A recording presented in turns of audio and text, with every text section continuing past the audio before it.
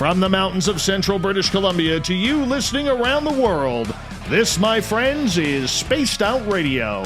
I'm your host, Dave Scott, sitting in the captain's chair of SOR headquarters. We welcome you to tonight's show across our terrestrial affiliates around North America and digitally on TalkStream Live and Revolution Radio.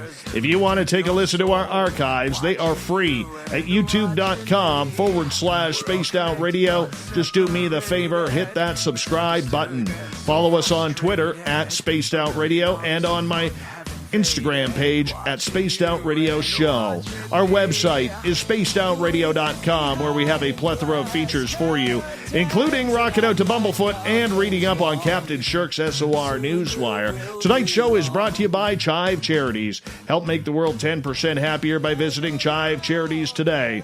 You can find them on our website. Award-winning medium Philip Kinsella takes us on a personal journey tonight of revelation concerning the dead, UFOs, and extraterrestrial contact. In this honest and thought-provoking book that he has written recently, he theorizes as to the true nature of the Greys and their reason for abducting humans, along with a reproductive program which sniffs suspect as to what their identity really is. Philip has been doing this a long time. He's a lifelong experiencer. He has had a lot of time to put in the research and to find the answers that many may be searching for. Philip's books can all be found on Amazon. I highly suggest you go there. He's an award-winning author there as well. Then at the bottom of hour number 3, I will bring you the SOR Newswire, brought to you by Paranoia Magazine. Mr. Philip Kinsella, for the first time on Spaced Out Radio, welcome. How are you? Oh, Dave, I'm really cool. Thank you very much. And it's really an honor to come on your show. I'm very delighted indeed. Thank you, Dave. For many people who may not understand, what is it like being a lifelong experiencer? Well, it's very strange. I mean, as an experiencer, as well as a researcher, I think it doesn't put you in good light, to be honest, because theoretically speaking, when someone's had an experience, mine was back in 1989, the winter of 1989, what people would call an abduction, and it's still something we're trying to work out today. That is the one main experience that I had in terms of an abduction. But with regards to the UFO sightings, they've been on and off for many, many years.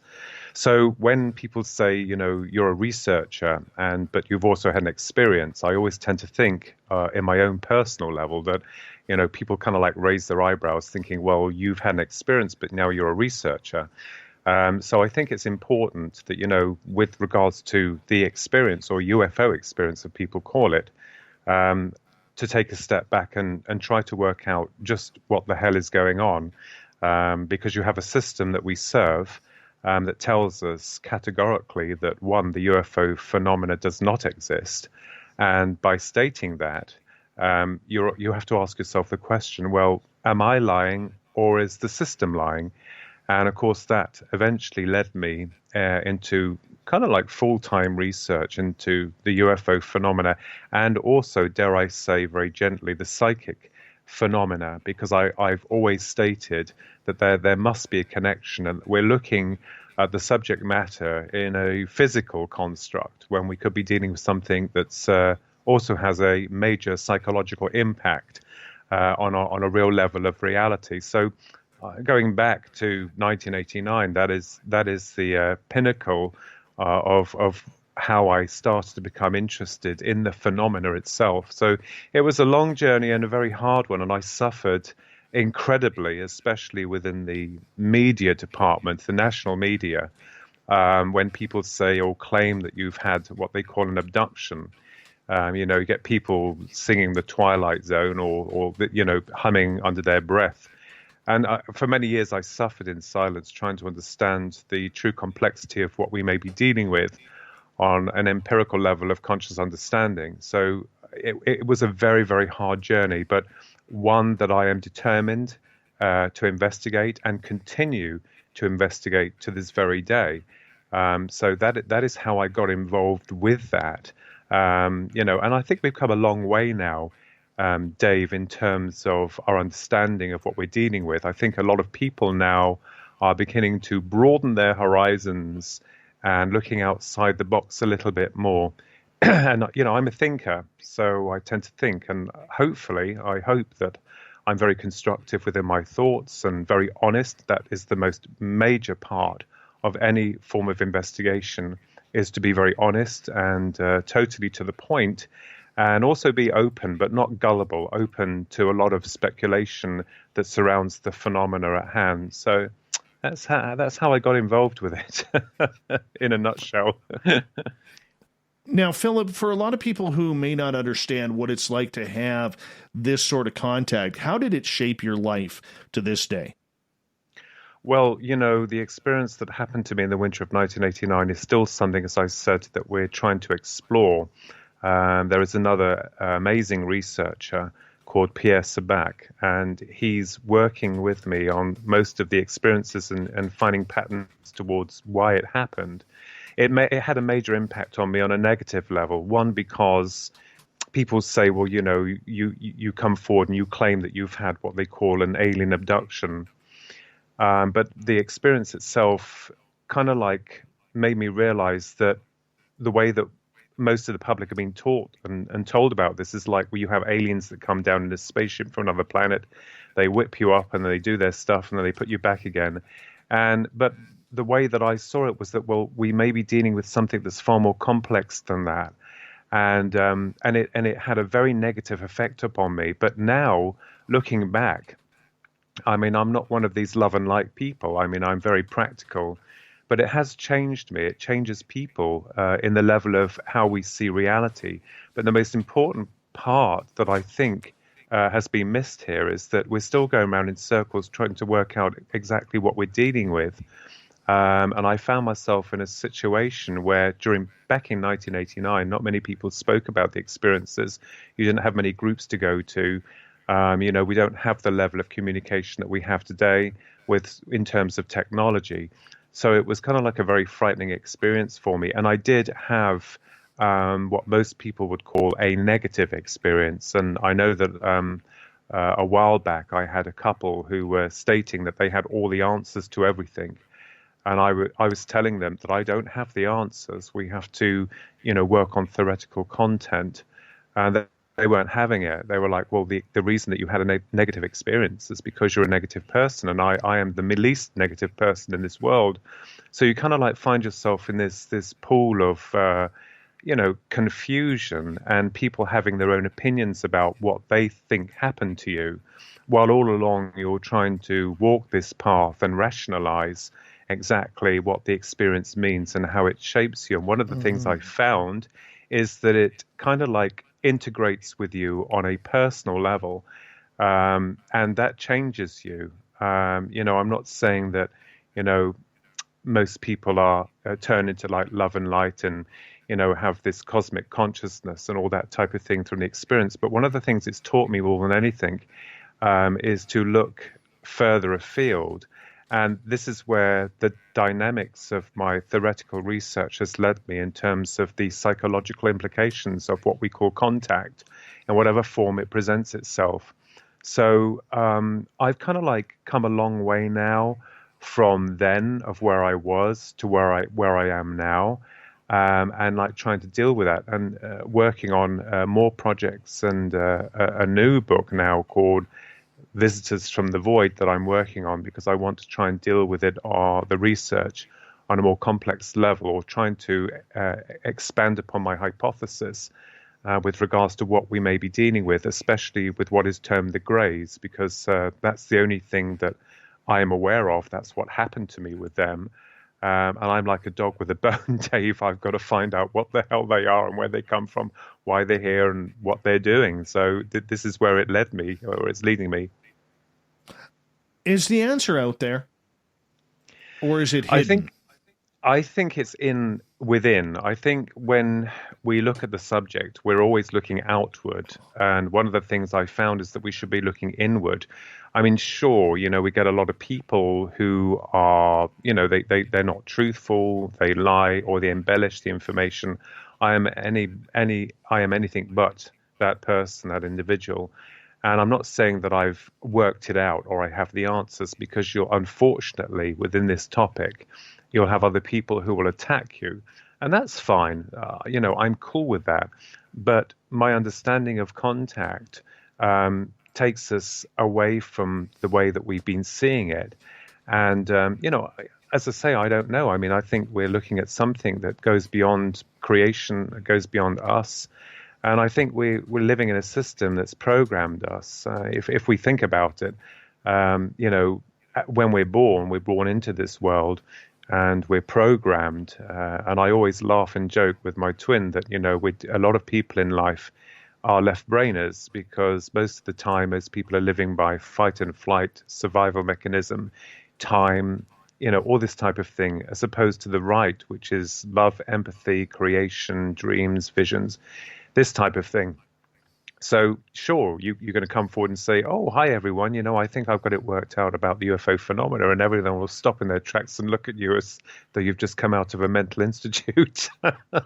So I think that we have to find those answers, but they perhaps evolve on an individual basis. It's how we interpret the information that I think is important, because what we're doing, Dave, is I think we're all trying to cram it into one box and make it fit. And this is why we're banging our heads against the walls and trying to work out just how the phenomena works and why it's happening. So there is a lot of confusion sometimes with regards to what we're dealing with. So this is where I am in terms of the theoretical aspects that we haven't gone into yet. But that's basically where that's leading me. Do you think you'll ever get the answers that you need to be satisfied? Because so much of this phenomena is uncontrollable. We don't know when they're coming. We don't know if they'll ever be back. We go for long periods without any sort of contact to the phenomena. Then all of a sudden they're there all the time. And, there's so many different aspects to what is going on with this entire field that it's very difficult to even try to fathom where to even start to look for potential answers to these lifetime riddles. Yeah, I don't think I'll ever find the answers. I'm going to be very honest. I'm very honest with everything. And even in the theoretical content of what we're dealing with, suggests to me that it's so multi-complex that I don't think that we're going to be able to understand it anytime soon. But what we can do is try to create some kind of model or template to work with. And what we look for within our research is patterns that we're looking for. If we go into, for instance, let's change the subject slightly and talk about something termed the near-death experience, where someone has, they die, they clinically die, and they go down a tunnel and they meet their loved ones and so forth, and they communicate through telepathy. To them, it's a very real experience. But the individual has their own personal experience to that encounter, even though sometimes there are, similarities between the traits of what happens with an NDE. The same occurs with what we call an abduction, a UFO abduction with so-called aliens, as we call them. So, I don't think that I will ever have the answer. But what is interesting and what really fascinates me is that, one, the phenomena is real, and two, that we're living in a system that tells you categorically that, nothing to see here, walk the other way. So this is what's really got my interest, because if the system is telling us they're not real and we know for a fact that they are, then what are they hiding? And going back to your other question, Dave, absolutely. I mean, it's going to be catastrophic. How are the governments or those in charge able to explain to people, excuse me, that we're dealing with UFOs, they're real, and alien contact is real, but hey, by the way, it's so complex, it's so damn complex, we don't know how to tell you that these critters are able to penetrate our matrix. They can snatch you when you're most vulnerable. You lose time. You have no awareness of the reality that you've been taken into and then put back into your own reality. So that's going to scare a lot of people. I mean, I always joke with most of the public when I say, they can't even deal with water shortages, or, they're out there buying all the water, or fuel shortage either. The public goes crazy. I mean, we only have to look at the pandemic that we've been going through and how crazy people were at the beginning of that, of fight or flight and survival mechanism kicking in. So, how on earth, Dave, are they going to deal with the fact, yeah, aliens are real, but we don't know how to control them, and we don't know much about them. Interestingly, there was an author that I met on a TV show called Georgina Bruni, and she wrote a book called You Can't Tell the People. And that was to do with the Rendlesham UFO case here in England, in Suffolk, that happened in 1980. And subsequent to that, there were sightings before and afterwards. But Georgina Bruni stated categorically in her works that she had been at some kind of event with Baroness Margaret Thatcher. She had been one of our prime ministers. And Georgina Bruni dared to ask the question to Baroness Thatcher after the meal, when they were obviously summing up and saying goodbye with the esteemed guest that she had. And Georgina Bruni thought, well, I want to ask her about UFOs. And she dared to ask the Prime Minister out of everything about UFOs.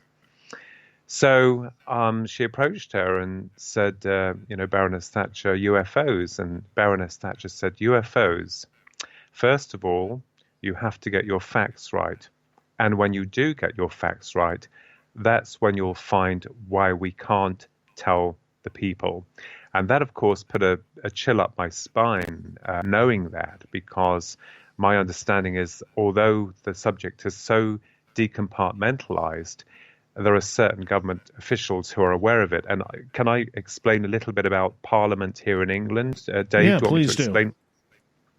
So I belong to the National UFO Reporting Service, which has been created by Nigel Ross. He's a brilliant man. He's a good friend of mine. He decided to create a group that deals with the study of UFOs on a no-nonsense level, and recording and categorizing reportings as they come through around Great Britain.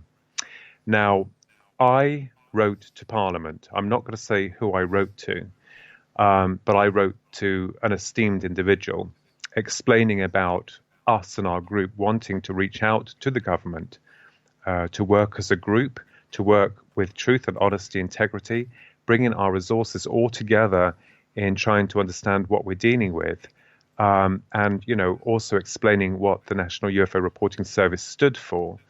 And do you know what I got back, Dave? Silence. Nothing. And I know the feeling. And it's just weird, because you're reaching your hand out to say, we're here. We want to understand and work with you. We want you to unite with us. Let's just put down the barriers. Let's work together, honesty, and bring all our ideas and thoughts together, work on a program of more understanding with regards to this phenomena. And all we were met with was silence. And I thought, well, that says everything. And this individual had been instrumental in another very famous UFO case that had occurred.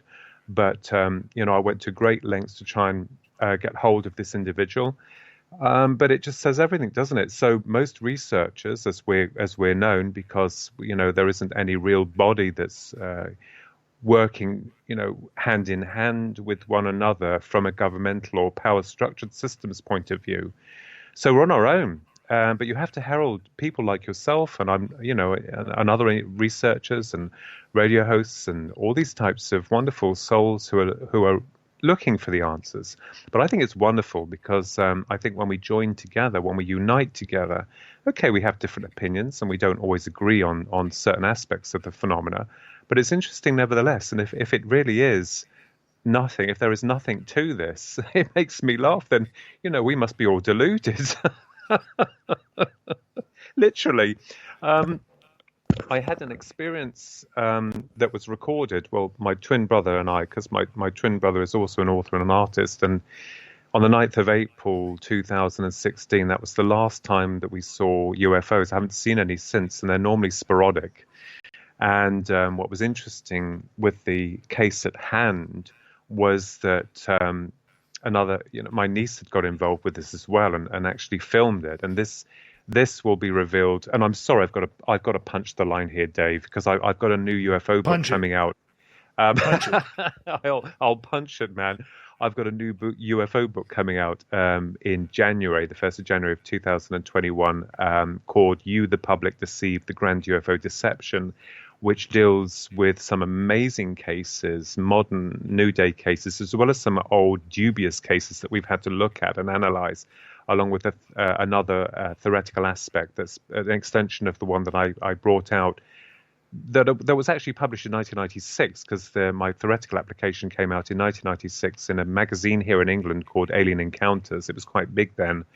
It's now defunct, but the book that you're quoted from, A Passage to Eternity, that was a piece of work that I wanted to reach out to the general public, but I didn't know how the public would react to that. I mean, stating to people that, hey, you've had an experience at what they call an abduction, and you also have seen UFOs on a regular basis.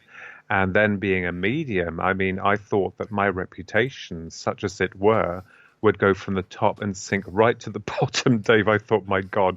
But, I think that things happen to people for certain reasons. And I think on that level of understanding, it tells us a lot more about the journey that we're on, because we are dealing with a multi-complex, multifaceted problem. And I call it a problem because, if people are telling us that it doesn't exist, and you're like, well, what's going on? Is this merely a psychological construct? Is this, aliens coming from another world? Are they interdimensional beings?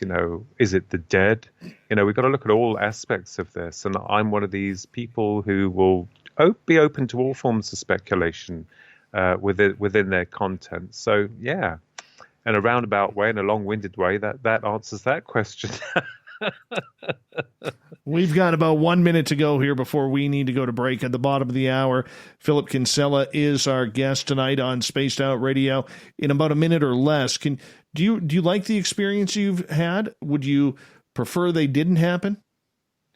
I prefer it didn't happen, but if I hadn't had it happen, then I would have no way of being able to measure what I know from that to where I am today. So I believe it's important that perhaps we have the experiences on a deeper level of the psyche to bring us to where we are to this point in time. So I in a way I couldn't get my head around, and I still can't. But I think in some ways now, it sounds crazy, it helped me in some way. Wow. It's, I look at myself as an experiencer as well, my friend. And to this day, I still don't know why me. And I think that's the ultimate question that we all are trying to figure out if we've had something extraordinary happen to us. Philip, you hold on tight, because we are going to go to break here at the bottom of the hour. Philip Kinsella is our guest tonight, award-winning author. You can find all of his books on Amazon, which I highly suggest you do.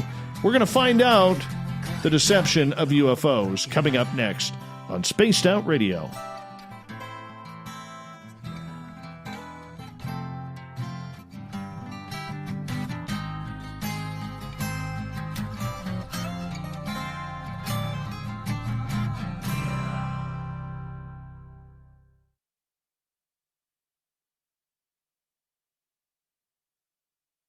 Hey, space travelers, this is John Resig, founder of the Chive and Chive Charities. If you know anything about our website, you know we like to do things a little differently. We're not some faceless organization collecting money for a nebulous cause.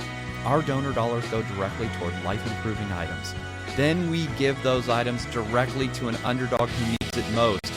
To become a donor with Spaced Out Radio's official charity, Chive Charities, just go to chivecharities.org/donate.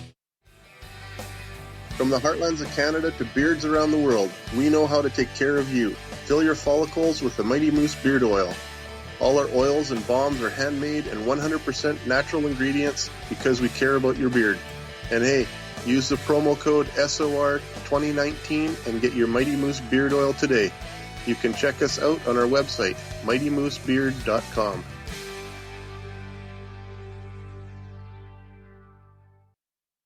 Hello, this is your guitar man, Ron Bumblefoot Thal, and I have to tell you, I love the response I get for Little Brother is Watching from Spaced Out Radio fans. It's amazing how music can inspire and make people think deeper about what's going on in the supernatural world. You can head over to my website, bumblefoot.com, to check out my music, my guitar workshops, my touring, even check out some of the hot sauces that I'm working on. And make sure you keep on listening, because with Spaced Out Radio, you know little brother is watching.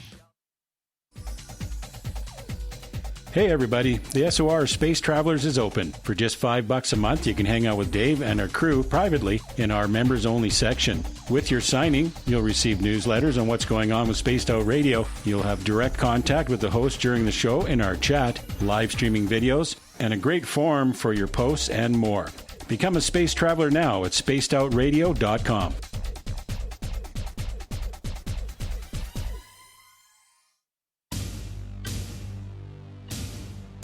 You wanted new SOR gear, and now you can have it. The SOR Vault is fully stocked with t-shirts, hats, hoodies, mugs, and everything in between, with great logos for you to choose from. So head on over to spacedoutradio.com, click on the SOR Vault, and go shopping. Pricing is quite affordable, and you can look good representing your favorite show. So go to our website and pick up your new SOR wear at the SOR Vault today. If you like it hot, real hot, then heat up your meals with Bumblefoot hot sauce. Get your Bumblefoot hot sauce today. The sauce, Bumblicious, and the 4 million Scoville unit Bumble. We're going in hot, real hot, coming out even hotter. Keep the milk nearby and tantalize your taste buds tonight. Bumblefoot hot sauce, available now at kajans.com. Cold drinks, great food, and the best music in Vancouver. The Moose Vancouver is the place to be, open until 2 a.m. nightly. Everything on the menu starts at just $6.95. Who serves food that cheap anymore? At the Moose, you'll never know who you'll run into. Rock stars, actors, athletes. It's the place everyone wants to be. So join us at the Moose Vancouver, the official party bar of Spaced Out Radio. Hello, Space Travelers. It's me again, Carl. Don't forget to join the Space Travelers Club for just $5 a month, and follow Spaced Out Radio on Twitter at Spaced Out Radio. Our Instagram, Dave Scott SOR. Our Facebook page is Spaced Out Radio Show. Our archives are free at youtube.com/Spaced Out Radio. Come woo it up with Spaced Out Radio today. Bye!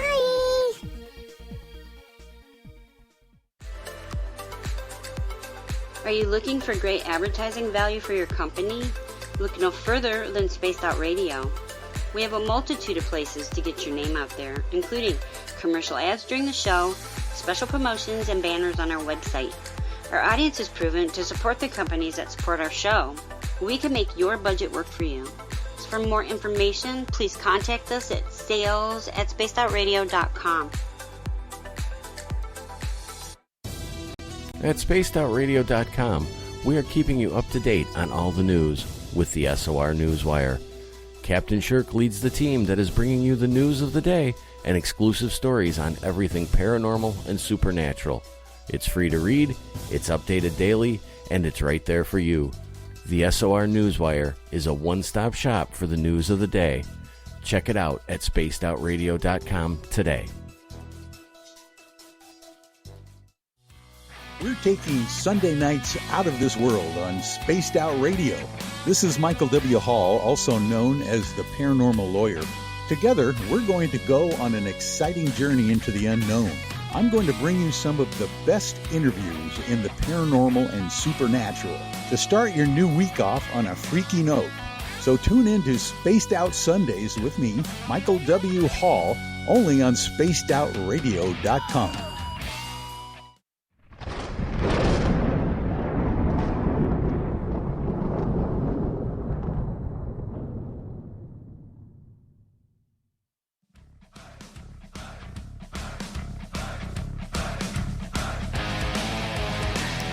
Second half hour of Spaced Out Radio is underway tonight. I am your host, Dave Scott, sitting in the captain's chair of SOR headquarters. Thank you so much for taking the time to join us tonight. We really do appreciate it. I want to remind you that if you have missed portions of this show or others, check out our free archives at youtube.com/Spaced Out Radio. Do old Davey the favor, hit that subscribe button. Yes. Follow us on Twitter at Spaced Out Radio. and on Instagram at Spaced Out Radio Show.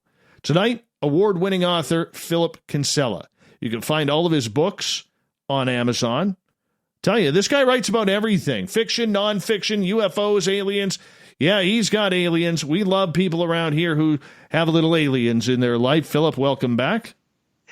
Welcome. Well, thank you very much, Dave. I welcome. I'm like, it's 5:36, and I was laughing at what you said there about the little aliens. I just think that's fabulous. That's so cool. Well, it's something that we've just kind of created around here. We actually ended up making a T-shirt for it on our website that just says "You've got aliens." Why not? Why not get a little bit of aliens in your life? It's okay. Brilliant. Why not bring them on in? Like I always say to people, bring them on in. So wonderful. Right? Thank you. I got to ask you right off the bat, and let's get into this because we got a lot of time that we can spend on this entire subject here. Okay. I think ufology right now needs a major, major critique. Yes, I agree. I don't like where it's going, my friend. I mean, it seems dark. It seems ominous. It seems, as we have stated on this show, probably the last month, for years we've been told that we can't trust the spooks. And now all of a sudden we're supposed to trust every spook to lead us to the promised land of disclosure.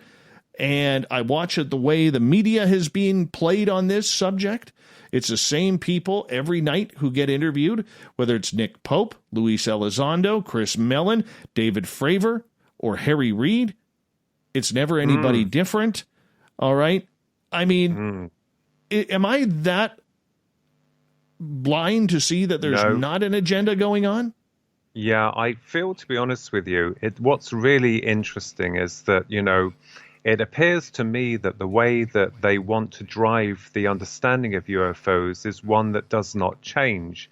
Whenever anyone comes up with some new information or new data, we all are very much aware, every good soul out there, that there is something called disinformation. And I believe that we're just going around in circles and we're not dealing with this. And I think one of the things that really annoys me is that when you do try to bring forward a new way of looking or trying to look at this subject matter, and it does go very deep, I think most of those researchers won't know how to deal with it, or those people behind or orchestrated the cover-up or the way that they want it to keep going. I don't think they've got any way of explaining the true content of what we may be dealing with, because one, it will frighten people. It's almost as if, the way that it's being presented and where it's going forward, we're still not making any headway with regards to this. I mean, it's really annoying. It's the same old thing, time in, time out, going round in circles. Oh, a UFO, here it comes. And the public are led to believe continuously that we're just dealing with, nuts and bolts craft, when clearly the abduction phenomena, clearly shows us that it's working on different parallels of understanding. And we have to look into those areas instead of just what we've been told is the nuts and bolts. Of course, the UFOs are real. Of course, they're physical in construct, but there may be other areas of how they're able to infiltrate this reality. And this is where this has led, with regards to my understanding of the phenomena at hand, to a degree. I mean, it's a tiny aspect. So I think because it's multi-complexed, I think you get some people who definitely are in the know and want to be in the know and want to be in the limelight. And I don't think it's about that. I joked, it's not like an Oscar ceremony of the EBE Awards, because we still don't know what we're dealing with. But there are people in the mainstream media who love that, who suck it up. And it makes me laugh when they're saying that they're the authoritative figure on the subject. They couldn't tell you what it is. But it's bizarre. It's like a what would they call, like the Oscars, isn't it? It's crazy. I can't get my head around it. And then you've got to be careful, because most of these people are very powerful and they can crush you. They can break you, because they could turn or, push you out, as it were. So with regards to where I am and the wonderful group of people that I'm linked with, wonderful souls, for, even in your good country, your wonderful country, America, and here in England, And one of those is like Gray Anderson from MUFON, Kathleen Marden, you've got Dr. Arena Scott, Calvin Parker. So there's lots of individuals who connect on a no-nonsense level, and I like that. But I think we can see kind of like a nasty way that it's going, or the way that we're not making any headway with regards to truly understanding or comprehending what we're dealing with. I mean, if we go back to Roswell in 1947, I firmly believe, I mean, you know I get criticized. I firmly believe that that was a non-terrestrial craft, because if we go back, a very simple thing, if the military were out there experimenting with a Mogul weather balloon, would you not have thought that they would have been tracking the object? And then, and then it takes a rancher, Mac Brazel, to find the debris. And then, of course, first of all, they state that this is the birth of disinformation, state that, we've got a flying disc, and then they cover it with this weather balloon story, and the rest is history. I mean, whichever way you look at it, we're not going to know for a fact. But what makes me laugh is that everyone buys the fact, yes, it was a top secret Mogul weather balloon, but so top secret that the military just splashed it on the pages of the front, on the newspapers, with Mac Brazel kneeling down, holding a piece of this so-called top secret material. So we can see that the public have been fooled, and continuously fooled, time and time again, and not just by those echelons who hide behind, a blanket of deceit, like the Wizard of Oz, a cover of deceit, but also in some cases those that are very close to the UFO phenomena itself. So I agree with you, Dave, totally there, absolutely. One of the things when it comes to the entire UFO phenomena right now is the separation between extraterrestrials and UFOs. We're not allowed to call them UFOs now. We have to call them UAPs because they become politically correct as well. And we're not allowed to mention little gray or little green men buzzing around in these flying objects because that's not protocol. That's not scientific. That's too much woo for certain people out there that say, we can't be talking that kind of stuff. It's not real. We don't know where we're going with this. It doesn't matter whether it's in the United States, Canada, where I am, or England, where you are. We sit here and we wonder, what is going on? What is the truth? And the more they try and break this down, or the UFO public tries to break this down, Philip, I strongly believe that we are getting worse in the subject. Because, yes, we may be learning more scientifically, but we're breaking it down to such a fine denominator that we're forgetting about everybody who has had the experience. We're forgetting about people who have had this phenomena really change their life, and they just want answers. What's your thoughts? Absolutely. Yeah, absolutely. And I think, to be honest with you, the way that I'm seeing it is that we definitely will be going down the rabbit hole much deeper than once thought. And I think this is the idea behind it, because we also have, as we all are aware, the religious establishments that hold steadfast to the fact that, the way of creation and the way that we are is one way. And we're beginning to realize by opening that can of worms that these so-called extraterrestrials are far more complex. For instance, the Greys themselves, when people used to laugh and joke, and as you quite rightfully said, a little flying saucer that comes down and kidnaps people. Well, we're finding that the phenomena itself is telling us that these beings, for want of a better word, are able to infiltrate in a moment's notice. They're able to appear and disappear. They're able to take people through solid matter. And I had one person saying, well, it's because they beam you through to the walls. Well, that may be possible, but why did the Greys themselves, or more times than not, have to be present around the individual while that's happening? Now, I also feel that with regards to the Greys themselves, as we call them, there may be different factions. I'm not doubting that. Like humans, we have the good guys and we have the bad guys. And it did make me laugh once when Kathleen Marden stated that there could be some rogue Greys, and I loved that. I had this impression. We've got to have a sense of humor with this, Dave, because I had this impression of these grey cowboys, going around being a badass, as it were. But seriously, looking at this, And the way that I've been looking at this myself or examining this tells us that the greys are far more complex than why. And the question I wanted to ask is, why are they interested in us as a species? What is it that they're looking for? What is it that they're after? And I began to, find some disturbing parallels of what it is that these critters are and where they may come from, or what they may represent.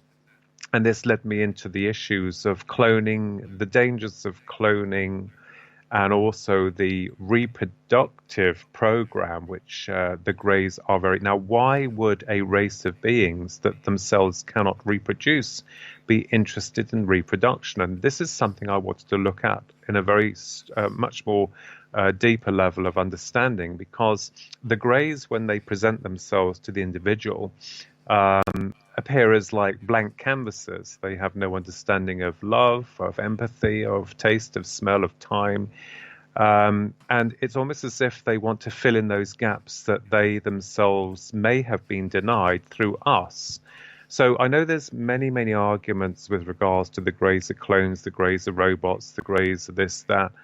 But, the way that we look at it, as I said before, I'm open to all forms of speculation. But my main work has been trying to work out, well, okay, but what are we dealing with? What are the greys and where do they come from and why are they doing it? And this, of course, led me into an area where I thought, my God, how am I going to explain this to the public? Because they're just going to rip me to pieces here. It's like for so many years, for decades, they've been led to believe that they're from another planet, and I don't doubt that most of them are from another planet. I seriously consider that fact, but I think we're looking at something that's much darker, because the whole phenomena is puzzling, and also the greys are intent in covering themselves. They secrete themselves within the mind through suppressed memory, and they lie as well. That's the other thing. My brother always jokes, Dave, and says, well, if they're so brilliant and wonderful, why haven't they brought the cure for cancer? Why haven't they helped us through our world problems? It's almost as if they come in, they do what they have to do, and they go out. And they leave the individual feeling confused and violated, in most cases violated. I also had a look at the other aspect of the phenomena with regards to the love and light aspect with people that have meaningful experiences with grey. So we can't have one without the other. It's important to look at both aspects. But I was more focused upon the experience that I had back in 1989 and with the procedure that they carried out, and also finding embarrassingly that many other people have had this, but they don't talk. This is a thing. In my book that the publishers brought out, back in 2009, I think it was, Believe, Bridging the Gap Between the Psychic and UFO Phenomena, my publisher requested that I leave out the part with the procedure that they carried out, because he said, people won't buy it. So I had to do that. So when you look at the actual phenomena, we're seeing that even people are too scared to talk about it. But let's be honest, let's be open, let's bring everything out, and let's put it on the table and see what's going on. So I have people also, Dave, when I go to the groups that I do, or do a talk like all of us do now and again, and I have people coming up saying to me, oh, can I have a word with you in private, please? And of course, they tell me some really personal stuff that I won't repeat here. And I'm like, well, thank you very much for telling me, because they say, well, you're a guy that I feel like I trust and I can tell. And I said, that's sure. I'm not here to, embarrass people or, try and exploit things from people. I'm here to understand, or try to understand. So we can see that I think that we've been told by a system, as I said before, walk on, nothing to see here, when actually there's a lot to see here, and we need to look at this in a more detailed way, a detailed examination of what we may be dealing with. But the greys themselves, they interest me. I'm really fascinated by them, and I think that they are awesome. I've got to say they're awesome in a very careful way, because I love the way that they're able to deceive their subjects more times than not, or they cover their tracks. And there's a big divide within ufology, especially with the good greys and the bad greys. No, they're all this and they're all that. but I can only speak from experience. And I'm only dealing with what happened to me on a personal level. Mm-hmm. So sure, the phenomena actually works on a integral level of personal contact, i.e. that they will come into you, they'll link with you personally, and they'll go out. But there's patterns towards the procedures that they do with other abductees, as they're called, or so-called experiences, as we call them. So I don't quite know what's going on, Dave. I mean, are we dealing with a positive life force? Are we dealing with a negative one? And as going back to what I said, the experience that I had back in 1989, when I said to you it was very negative and frightening, it was horrific. But I've come out the other end, and I feel that if I hadn't had that experience, there would be no way of me measuring where we are today with regards to the phenomena in my own personal understanding of what we're dealing with. Very true. Philip Kinsella is our guest tonight on Spaced Out Radio.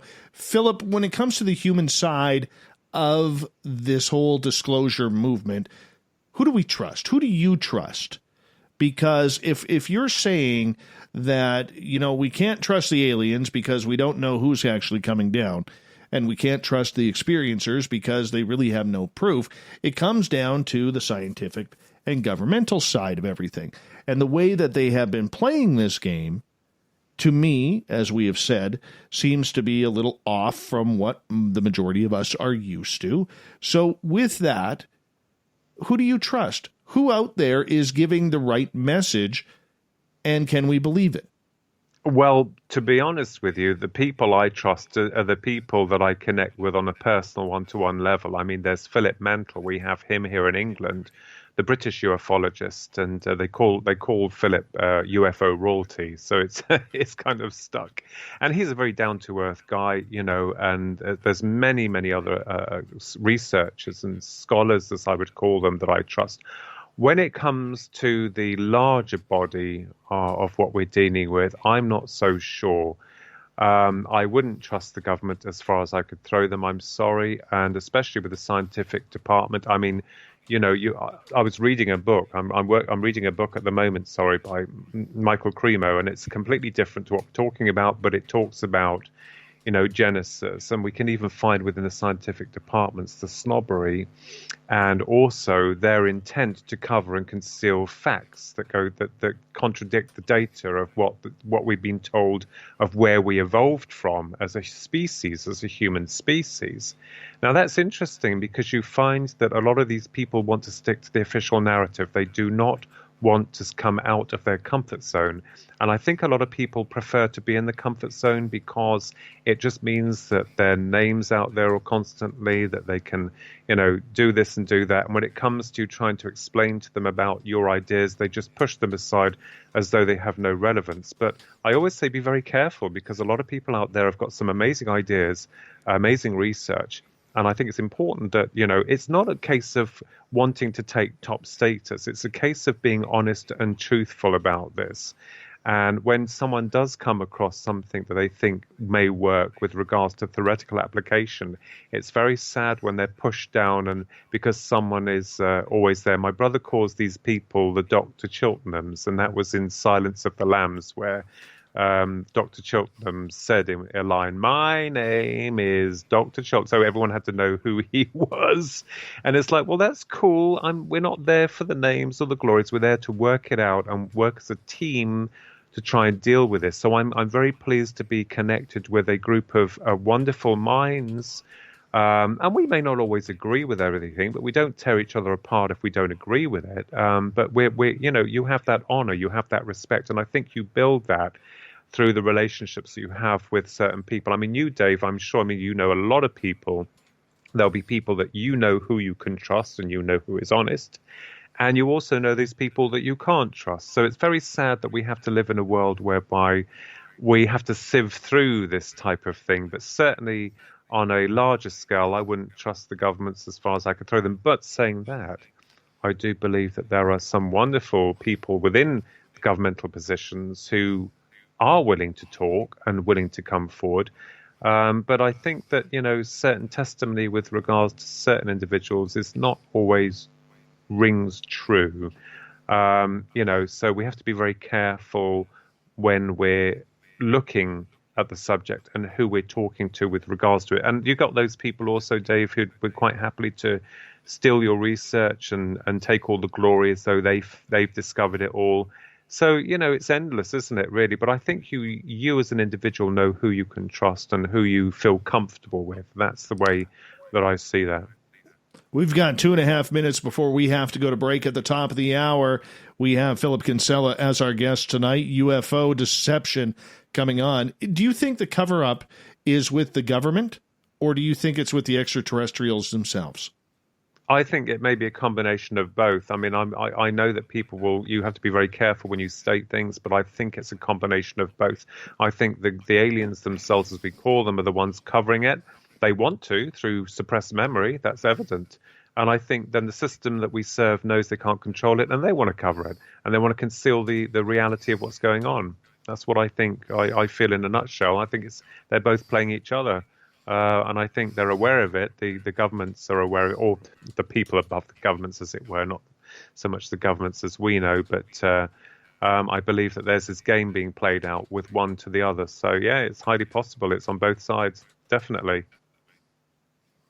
Okay, so with that being said, obviously, if the governments of the world are involved, but in this case, let's stick with the UK where you are, the United States and Canada where I am. Okay, let's stick with those three countries. How do we believe what is coming out of the political mouths? Because with us being in a military-industrial complex, they're going to want the big toys first. Yeah, absolutely. And they will continue to drive this deception as long as they can manage it, trust me. And we are powerless to that experience because they have money, they have clout. We don't have anything really. All we have is our research and those other individuals, which, by the way, are being watched and monitored. I know I've had my work monitored, and that's no ego or sensationalism. It is fact. And that was linked through a lot of the research I did for the new book coming out later. But it just goes to show that they're monitoring people as well. They're seeing what people know and what they don't know, who they're connected with. So it's not conspiracy theorist. It is fact that is what's going on. Definitely. Is it good for us though? 20 seconds. Is it good for us? No, I don't think so. I think it just makes our job harder, to be honest with you, Dave. Absolutely. I don't think we'll get to the root of it at this moment of time, but we can try and keep pushing forward. That's what we're here for, and that's what we're discussing on here tonight, which is great. I love it. A good challenge, good fight. Let's continue down that road of UFO deception when we get back, starting hour number 2 of tonight's show, because I think this is such a broad topic that we need to open it up a little bit more. And, we've only graced the surfaces of this. And, there's a lot of people who listen to this show, Philip, who have seen UFOs, have had the extraterrestrial contact and the experiences, and we're all looking for the exact same thing, answers. Yeah. Now, absolutely. Coming up next on Spaced Out Radio, Philip Kinsella, UFO deception continues right after this.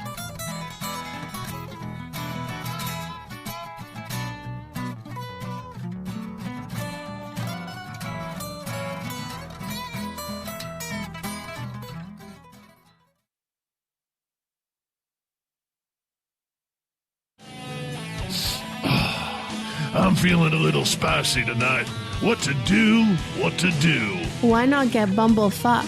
4 million Scoville units of pure hard rock. Bumblefoot hot sauces come in 3 flavors. The burning Bumble. Tone it down a bit with Bumblicious and throw the sauce on everything. Spice it up. Bumble me, baby. Bumblefoot hot sauce. Get it today at kajans.com. Are you an experiencer of something strange that can't be explained? Do you want help finding out what's going on? I'm Ryan Stacy, head of the Experiencer Support Association, otherwise known as TESSA. We've teamed up with Spaced Out Radio to investigate cases filled out in the SOR Sightlines report. We are independent and there's no cost to what we do. All we need is your experience. Let's find out what's happening together on the SOR Sightlines report. Hi there, this is the paranormal lawyer Michael W. Hall. I'd like to invite you to listen in each Sunday night where we're going to open up your eyes to everything strange and paranormal. I will be hosting some great guests with topics that affect us all, such as UFOs, ghosts, and everything paranormal. Let's learn together on Spaced Out Radio Sunday with myself, Michael W. Hall, the paranormal lawyer at spacedoutradio.com. We all know on Spaced Out Radio we love a good beard and mustache, so why not take care of your facial hair with Mighty Moose Beard Oil? Made in Canada, we're taking care of beards and stashes around the world. We use 100% natural ingredients with our oils and balms to make your whiskers feel silky smooth. Use promo code SOR2019 at mightymoosebeard.com today.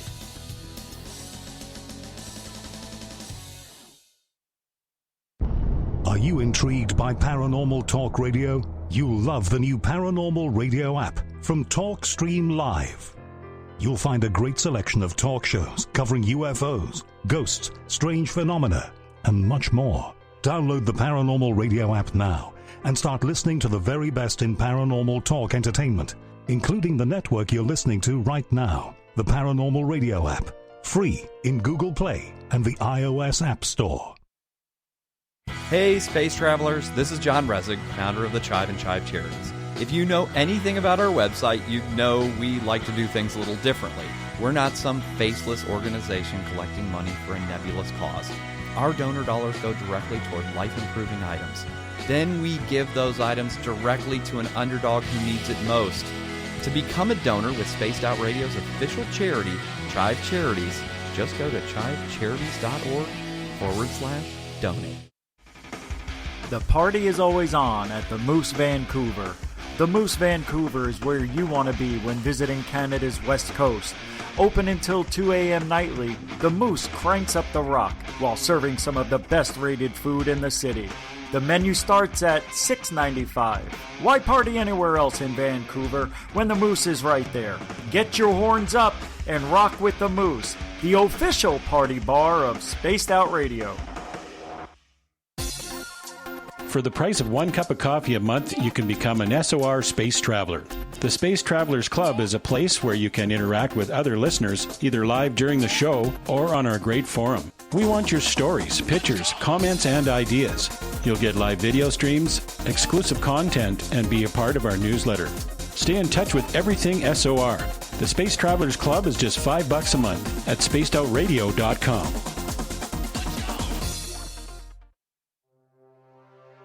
We are scouring the world for the most intriguing stories of your day.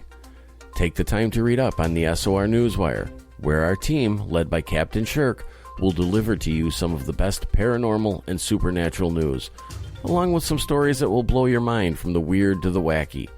It's the news outside the news that piques interest, and that's what we're looking to deliver to you.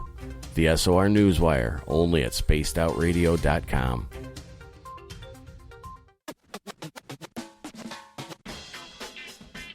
The SOR Vault is open for business, and do we have some cool swag for you to pick up?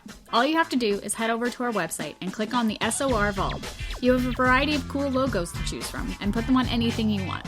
T-shirts, hoodies, hats, coffee mugs, you name it, we can get it to you. So do your shopping by supporting the store you love. Get your Spaced Out Radio swag at the SOR Vault today.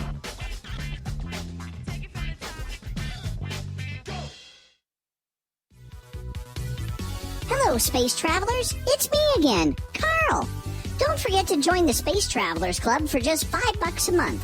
And follow Spaced Out Radio on Twitter at Spaced Out Radio. Our Instagram, Dave Scott SOR. Our Facebook page is Spaced Out Radio Show. Our archives are free at youtube.com/Spaced Out Radio. Come woo it up with Spaced Out Radio today. Bye!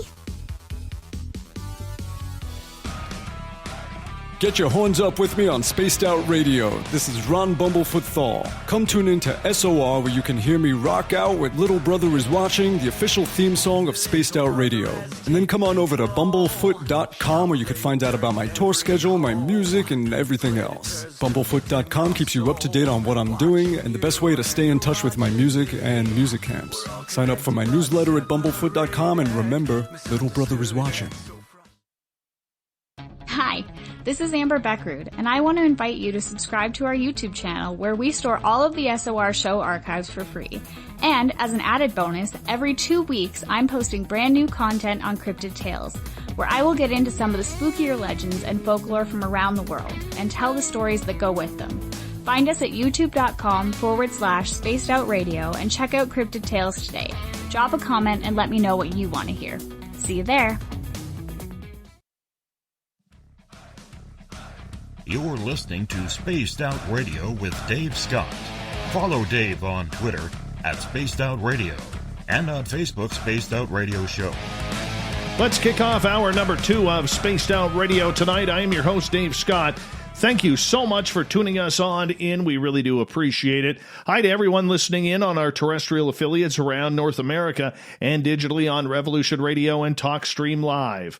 You can find all of our archives for free by going to youtube.com/spaced out radio. Just do old Davey the favor, hit that subscribe button. The Desert Clam has set the password for tonight in the SOR Space Travelers Club. Dialogism. Dialogism is your password. Use it wisely, space travelers, as the Clam sets a password each and every night right here on Spaced Out Radio. Our website is spacedoutradio.com, where we have a plethora of features for you, including rocking out to Bumblefoot and reading up on Captain Shirk's SOR Newswire. Follow us on Twitter at Spaced Out Radio and on Instagram at Spaced Out Radio Show. Tonight we are talking with UFO author Philip Kinsella. We are talking about the UFO deception. This is a huge story that, probably does not get a lot of play in today's ufology, where we are so focused on the technology, on the videos, on what the military has to say, what the governments of the world have to say. But we're getting into it tonight. Philip, welcome back.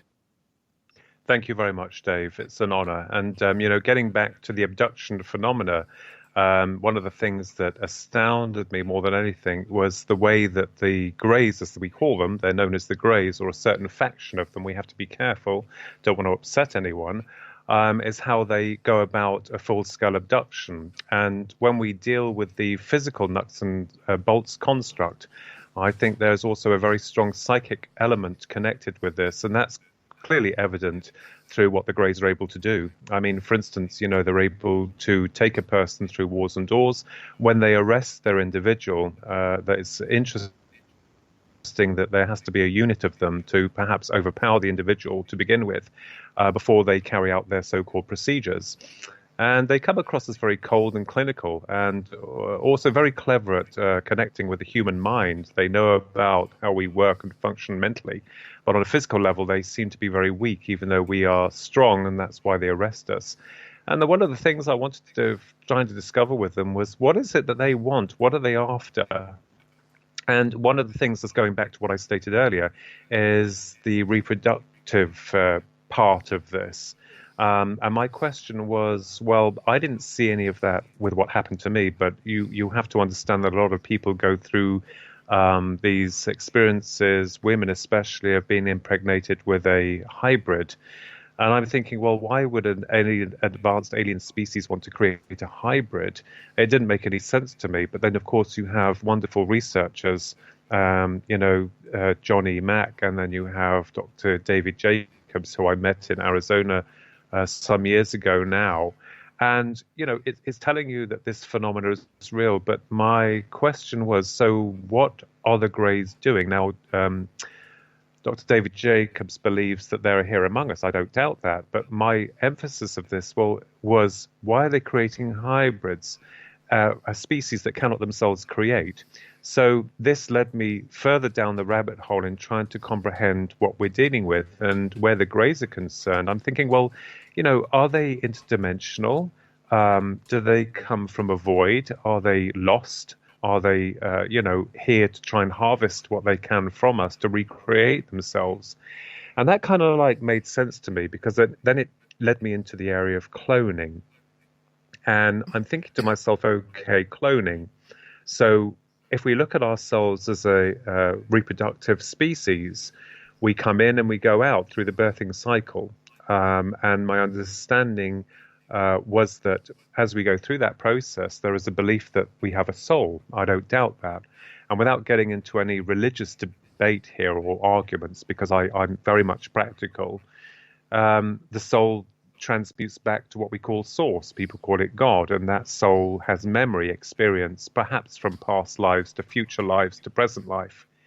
So if you cloned a human, let's say I cloned you, Dave, 100 times in a laboratory, you're yourself the natural product of creation because you've come through the womb and you carry memories and experiences, let's say for argument's sake, from the past lives to future lives, and this whole cycle carries on within the process of creation.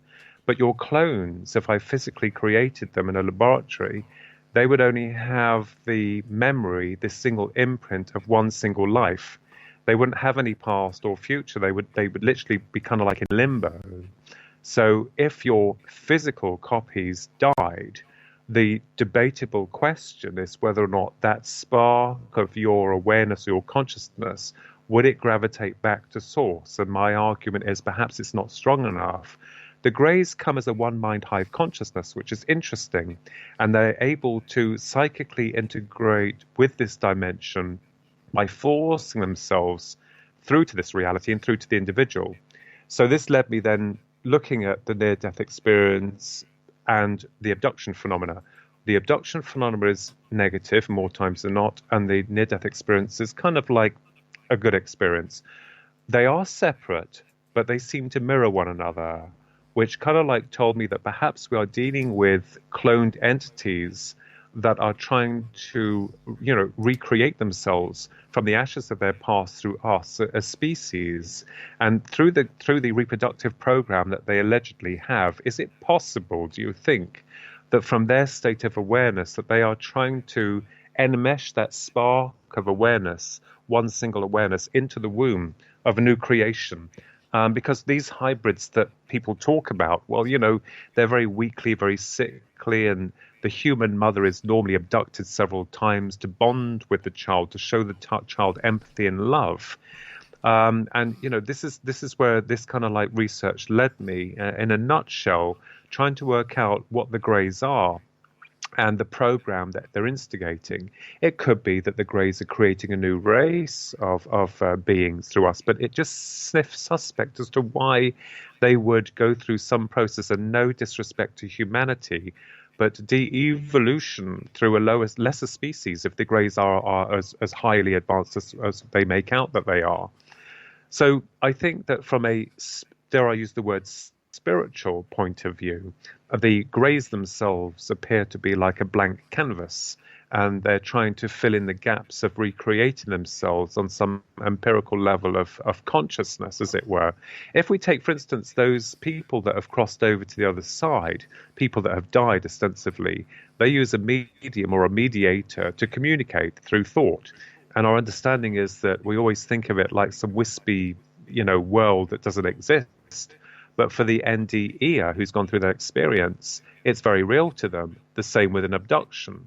So I believe the Greys are taking us outside, or perhaps extracting the real essence of us and bring it into their filled frequency of awareness, where they interact with the soul that's still connected to the human body, the physical vehicle. Take your mobile phone, for instance. You've got the physical hardware, okay? Imagine that that's the brain in a very simplified version. And you have a signal running through it that is your personal signal, information that you want and you are holding on to. So the signal is real, and so too is the physical apparatus. We know that. But we also understand that if the physical hardware was damaged in any way or form, the signal would still be pure. So I believe that the Greys perhaps have found a way of hijacking or connecting into the individual psyche, or their link. And that's how they're able to come into our reality or come around the individual on a very strong level of conscious awareness.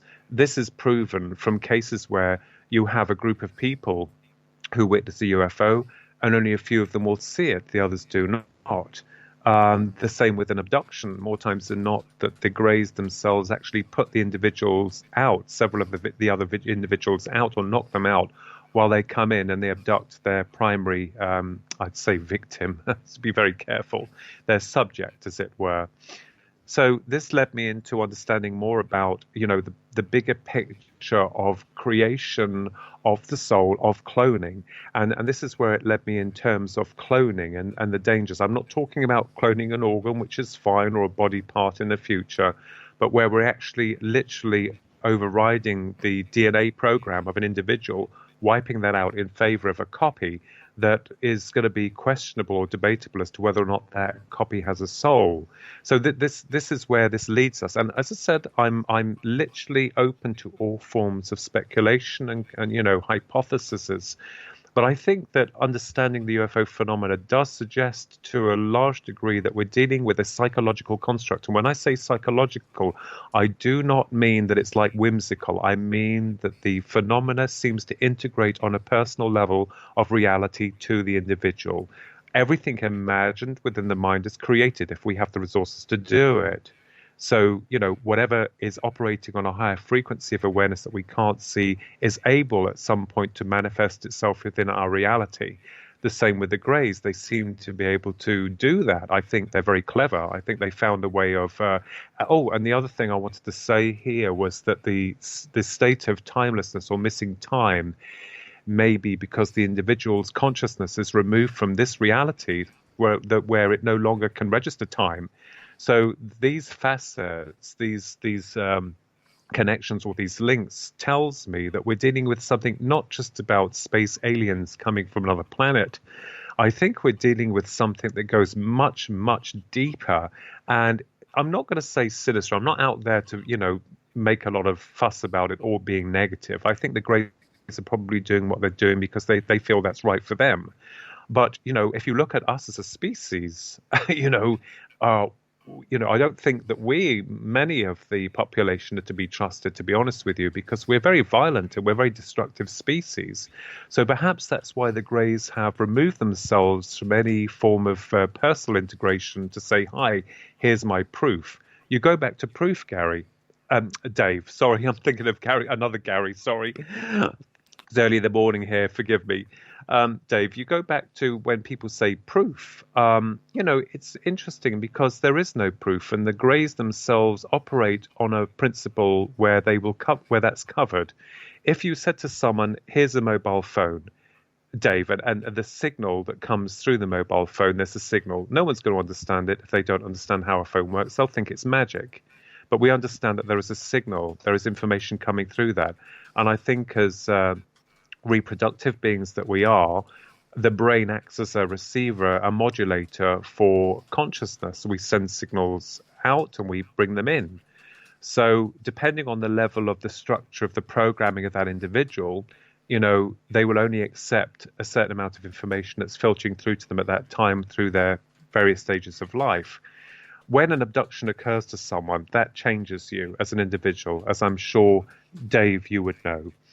Because, the way that we see it is that we're saying to people, when I've had this experience, they say, well, you couldn't have had that experience, other people are saying, because it doesn't fit in with the construct of how we see the world. So looking at the Greys in that level, I think we have to go outside of our comfort zone. And no wonder the powers that be are intent in covering the whole thing up, because they have no way of explaining to the public, oh, yes, by the way, people, as they call us, or the herd, which is horrible. UFOs are real, and so are aliens, but we can't control them. They'll come in, they can abduct you, they do these experiments on you, and they put you back again, and they can do this very times throughout your life. And how do you think the public are going to react to that? They're not going to be able to deal with that on a conscious level, even a subconscious level, as it were. So you can see that we've got a lot of work that we're still implementing within the theoretical content of what we may be dealing with. But I believe that the Greys, myself, a certain faction of them, are what we call interdimensional. And I believe that they operate on a level that's very clever, that's very, very connected with the individual. You hear these cases of people, saying that they hijack into, and I believe that. I believe that they're able to integrate within your soul connection, or they're able to connect into your consciousness and facilitate themselves in a way where they can manifest very quickly. So the Greys are very quick, and they're what I would call mind magic guys, because they're able to manifest very quickly and go out very quickly. The UFOs, most of them come in and out. I think that they need perhaps a primary base or a kind of like a border to bring you into their level of reality. So on a geographical level, I think they come in quite quickly that way. And you get people saying, "Oh, I don't believe that." Well, that's fine. I understand that. But as I said, in a nutshell, on a theoretical aspect, it's very interesting because I believe that we're dealing with a species that can no longer reproduce, that they seem to be devoid of any form of emotional empathy. They are working towards a hybridization program which sniffs suspect, and also what it is that they want, because they always lie to the individual. And I think that most of the mental stimuli that's invoked upon the abductee's mind through contact, through destruction or seeing prophecy, is more of a way of getting some kind of emotional response that they can feed from, that they can understand from. So it's, as I said, there are many aspects. It could even be possible, Dave, that they could be projecting themselves, their consciousness, like a remote viewer, from their reality into ours. We have to take that into consideration as well. We know only too well that consciousness, human consciousness, that we've been told does not survive the state of death. We've been told that we are just biological robots with a sell-by date. I don't buy that, because we're beginning to understand that our human consciousness is able to create or link with remote viewing, astral projection, clairvoyance, this type of thing that's been tabooed for so long. And I think people are beginning to sniff a rat. I think they're beginning to think to themselves that, hang on a minute, I'm not a robot. I'm an individual, and I've been programmed, and it's time for me to deprogram. And I think that these experiences that we have for those individuals that their lives have changed, I can understand, because they've changed because the experience has changed them. It's told them, no, you're not just a biological meat machine with a sell-by date. It sounds cold, but it's true. This is what the system is trying to tell us. And the system has us under its thumb by saying, well, you'll work, you'll pay your taxes, you'll listen to what we tell you, you'll obey us, you won't ask any questions. And any of those rogue individuals who are dealing with this type of thing, we're going to keep a watch on. We're going to keep an eye out for them to see what they know and what they're spreading. So you can see that this control is paramount. And also, Dave, if I may say here, that perhaps this is our consciousness's way of rebelling. Perhaps that these alternative dimensional frequencies of awareness, not just with the UFO phenomena, but with cryptozoology and with the fairy folk and all these other types of things, perhaps their reality is forcing itself through this constrained, very limited version of what we consider to be reality, and it's forcing its way in through to us because we're so in denial of a lot of things. So this is the way that I see it, that, it is a vastly multi-complexed phenomena, and one that we're not going to be able to get our heads around anytime soon. But it's important to theorize. It's important to create some type of model towards the experience. I'm not saying that I'm right. I may be barking up the wrong tree, and I'm sure there'll be a lot of people out there who will tell me that's what I'm doing. But, I think and feel we might be onto something here, because the phenomena is not just about a UFO or about the alien. We have to find out what the UFO is, what the alien is, and what their drive and purpose is behind why they're doing what they're doing. That makes sense. Okay, so if you a few minutes ago you mentioned whether or not they are interdimensional or interterrestrial. That goes almost along the lines of thinking of what Alan Greenfield stated in The Secret Cipher of the UFOnauts back in 1994, and where he called everything ultra-terrestrial. This sounds like you're going down that same path. Well, it's theoretically speaking, we have to understand that the Greys themselves, or the way that we call them the Greys, the way that they instigate an abduction, tells us a lot more that we may be dealing with an intelligence that's able to infiltrate our matrix on a for instance, let's take an example, the famous Betty and Barney Hill abduction case. Okay, back in 1961, I think that was. And the Betty and Barney Hill, as you know, very famous case. The mixed race couple, lovely people. They were abducted by aliens. And when Betty asked where they come from, they showed them a star map and told them that, to Betty, that, well, if you don't know where we are, what's the point in us telling you where we're from, basically. Sorry if I got that round the wrong way. My brain's trying to fire on all these cylinders. That's not working at the moment. But well, it is early for you. Yeah, but I don't believe that those greys came all the way from Zeta Reticuli when Dr. Marjorie Fish found it created the star map. I don't believe that they came all that way just to abduct a married couple. I believe the phenomena is operating on a very deeper level of reality, and I believe that the greys have been here for a very long time. I think that they're very cleverly able to morph themselves within our mythology, as it were. They hide behind the shadows because it's like chasing shadows. So why is that? I mean, I'm not discounting that there are physical greys with physical craft. I'm not discounting that there are interdimensionals or ultradimensionals. We have to be open to all forms of speculation, but something has to give. We've got to try and understand the subject matter for what it is. It's there, but all researchers are banging their heads against the wall saying, well, okay, so it's real, but I don't think we can put it all in the same box. It's like the cars that we create. You have an old Morris Minor and you have like a Rolls Royce, there are different models as there are different people. And maybe there are different civilizations that are trying to infiltrate this reality. But what's really interesting is, where are the aliens? We have their craft. We can view their crafts. We can film them. We can record them. But, where are the aliens? I mean, most of the stuff that's put online is suspect with regards to pictures of greys or, whatever they are. I just feel that they're just like shadows that we're chasing in the dark. So, this is the way that I see it. But the greys are working towards their own agenda that they are definitely wanting to keep secret and away from their subject. And I think that they have a reason why there's a reason why they're doing that. Because, we can't reach them. We can't get to them. We don't know where they are geographically.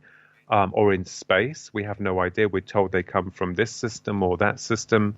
And every time that these stories come forward, that the aliens, as we call them, tell us, they get further out within the universe. I mean, it used to be Mars and then, Venus, and then we're going now to Zeta Reticuli. So they're moving us further away.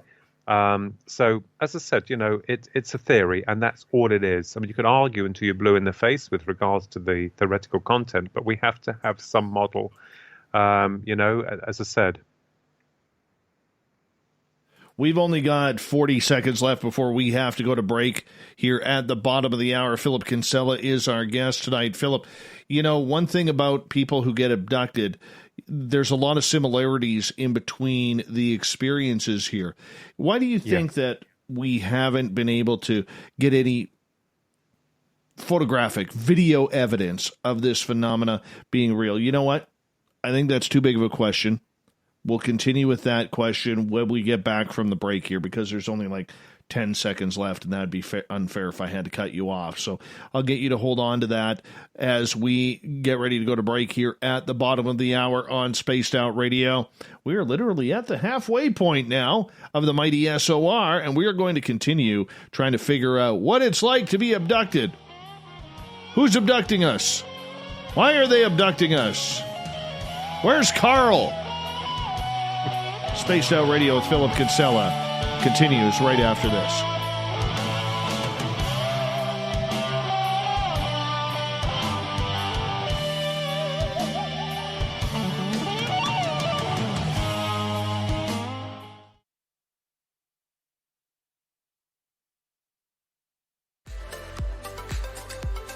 Are you looking for great advertising value for your company?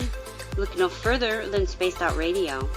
We have a multitude of places to get your name out there, including commercial ads during the show, special promotions, and banners on our website. Our audience is proven to support the companies that support our show. We can make your budget work for you. So for more information, please contact us at sales@spacedoutradio.com. Hey, space travelers, this is John Resig, founder of the Chive and Chive Charities. If you know anything about our website, you know we like to do things a little differently. We're not some faceless organization collecting money for a nebulous cause.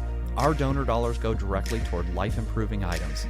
Then we give those items directly to an underdog who needs it most. To become a donor with Spaced Out Radio's official charity, Chive Charities, just go to chivecharities.org/donate. We're adding to the entertainment online for Spaced Out Radio. I'm Amber Beckrud, and I want to invite you to subscribe to our YouTube channel and check out Cryptid Tales, where I will take you on a journey into some of the strangest legends and lore from around the world, relaying the stories to you of the strange creatures and experiences that people have had throughout time.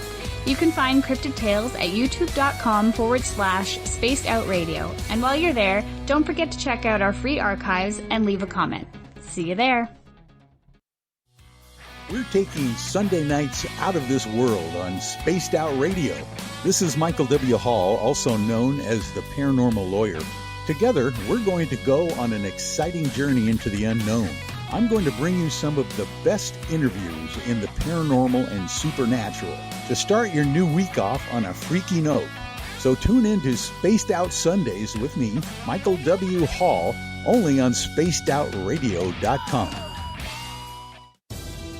At spacedoutradio.com, we are keeping you up to date on all the news with the SOR Newswire. Captain Shirk leads the team that is bringing you the news of the day and exclusive stories on everything paranormal and supernatural. It's free to read, it's updated daily, and it's right there for you. The SOR Newswire is a one-stop shop for the news of the day. Check it out at spacedoutradio.com today.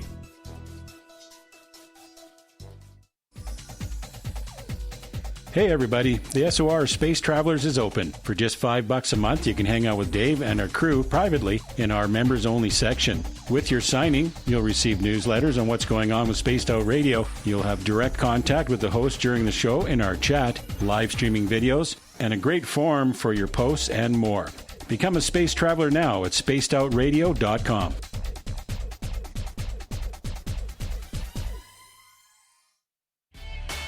Cold drinks, great food, and the best music in Vancouver. The Moose Vancouver is the place to be, open until 2 a.m. nightly. Everything on the menu starts at just $6.95. Who serves food that cheap anymore? At the Moose, you'll never know who you'll run into. Rock stars, actors, athletes. It's the place everyone wants to be. So join us at the Moose Vancouver, the official party bar of Spaced Out Radio.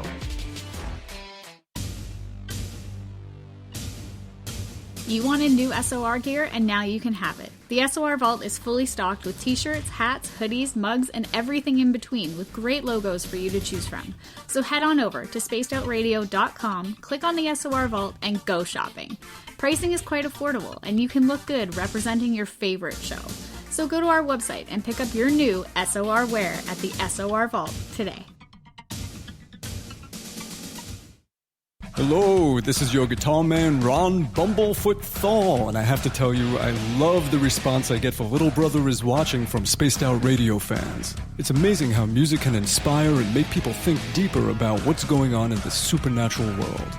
You can head over to my website, bumblefoot.com, to check out my music, my guitar workshops, my touring, even check out some of the hot sauces that I'm working on. And make sure you keep on listening, because with Spaced Out Radio, you know Little Brother is watching. From the heartlands of Canada to beards around the world, we know how to take care of you. Fill your follicles with the Mighty Moose Beard Oil.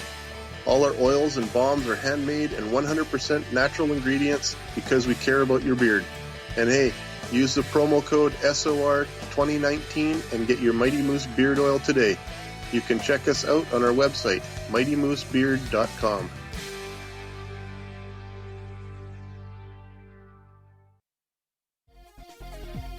Hello, Space Travelers. It's me again, Carl.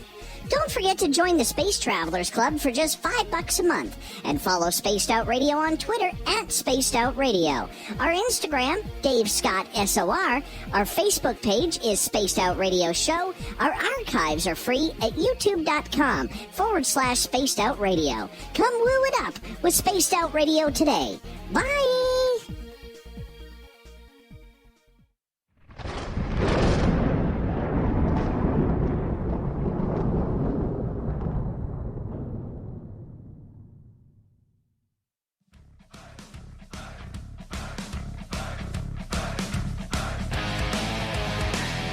We pass the halfway point of Spaced Out Radio tonight.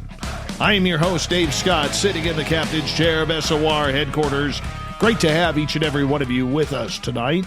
Want to remind you that if you've missed portions of this show or others, you can always go back to our archives, which are free at youtube.com/Spaced Out Radio. Do me the favor, hit that subscribe button. Follow us on Twitter at Spaced Out Radio, on Instagram at Spaced Out Radio Show, and our website is spacedoutradio.com, where we have a plethora of features for you, including rocking out to Bumblefoot and reading up on Captain Shirk's SOR Newswire. We're talking aliens, UFOs, the Great Deception. Philip Kinsella is our guest tonight. He is an award-winning author. You can find all of his books on Amazon. Highly suggest you check it on out. And right before the break, we talked about proof, Philip. Where's the proof? Yes. We have no photographs. We have no videos that are trustworthy. Where do we go? Yeah. How do we get that proof? Well, this actually clearly indicates that the phenomena itself is very clever. I mean, you know, we view their crafts, we can film their crafts as structured crafts. They come in and out very quickly. That is undeniable. We know that they exist, that the UFO phenomena exists. You know, we have the circular ones, we have the cigar-shaped ones, we have the triangular crafts. What is interesting is that when an abduction happens, the entities behind that, or for want of a better word, I'll use the word greys because that's what we've been talking about, are very clever in covering themselves. It's almost as if we're able to see their crafts, but they're not willing to show themselves, because I'm going to put my head on the line here, I don't think we've really seen a real life footage of a grey. And I think if we did, it would truly astound us. I mean, I'm not talking about the psychic experiments where they've been seen in what we call the ether, or they've been captured in altered states of consciousness or awareness. That is interesting, and it's speculation. But the greys are very clever in covering themselves. Now, that tells us that it's deceitful, because the greys arrest their subject. They have total control over their subject on a mental level, on a psychological level of conscious awareness. And this is something that, which really interests me, because it's like, very horribly like a fly caught in a spider's web. So when they bring you in, you can't move, you can't do anything. You are just having to go through the process of what they're doing, their procedures. And a lot of the times the subject is scared. This is something that is truth. Most people just want, a lot of the love and light experiences. Well, I'm sorry, but, you read these cases, and for the human, it's scary. Oh yeah, by the way, the aliens are real, ladies and gentlemen, and they can abduct you, and they put the fear of God in you, and there's nothing you can do. They're there to do experiments on you, and then they put you back and try to cover the events as though nothing happened. So it appears to me that, they make sure that we don't have, when you are abducted, that you have no cameras. And also the other thing is, more times than not, I'd say about 90% of the time, is the greys abduct you when you are vulnerable. So it's not like you grab your mobile phone or, have a fight with them and take it on board. That would be awesome. If there's anyone out there that's done that, that would be awesome. But I think the greys are clever. I think they understand that they want no films, no footage, no nothing of them, because the individual is overpowered by their presence. As I said before, when an abduction is taking place, the greys themselves come in. They psychically integrate or control the individual through the eyes. The eyes are very interesting. And then they take the individual through walls and doors. And as I said before, it's interesting how the greys have to be in close proximity to the individual to create that psychic link. Because I believe that what also could be happening is, and this is another area where people say, oh, no, I don't believe it, but they could be extracting the real essence of you into their field of vibration, i.e. taking your soul, the real part of you, into their dimensional frequency of awareness. Going back to the near-death experience, people physically integrate with their loved ones on the other side, so it's like two sides of a coin. I think we get this hang-up about, it's, the other side is all wispy and abductions are all wispy. Let me tell you, when you're in their presence, it's a very real experience. Remote viewers, for instance, when they extend their consciousness beyond the realms of, the earth or through space or time, a lot of them have documented, being aware of other entities around them or some form of interaction occurring. So I believe that the reason we don't have any proof is because we are brought into their level of reality, which does not allow us to take like our mobile phone or something, unless of course it's down here on Earth if a grey suddenly appears. But as I said, it's very dubious. Most of the cases we've analysed in terms of greys being filmed or spotted, as it were.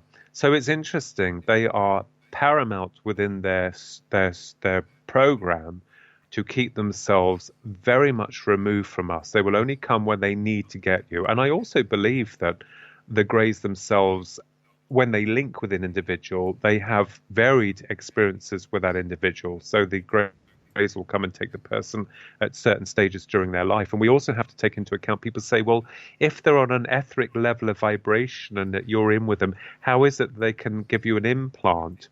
Well, let's go back to this whole process and idea of thought. The mind is a very powerful entity.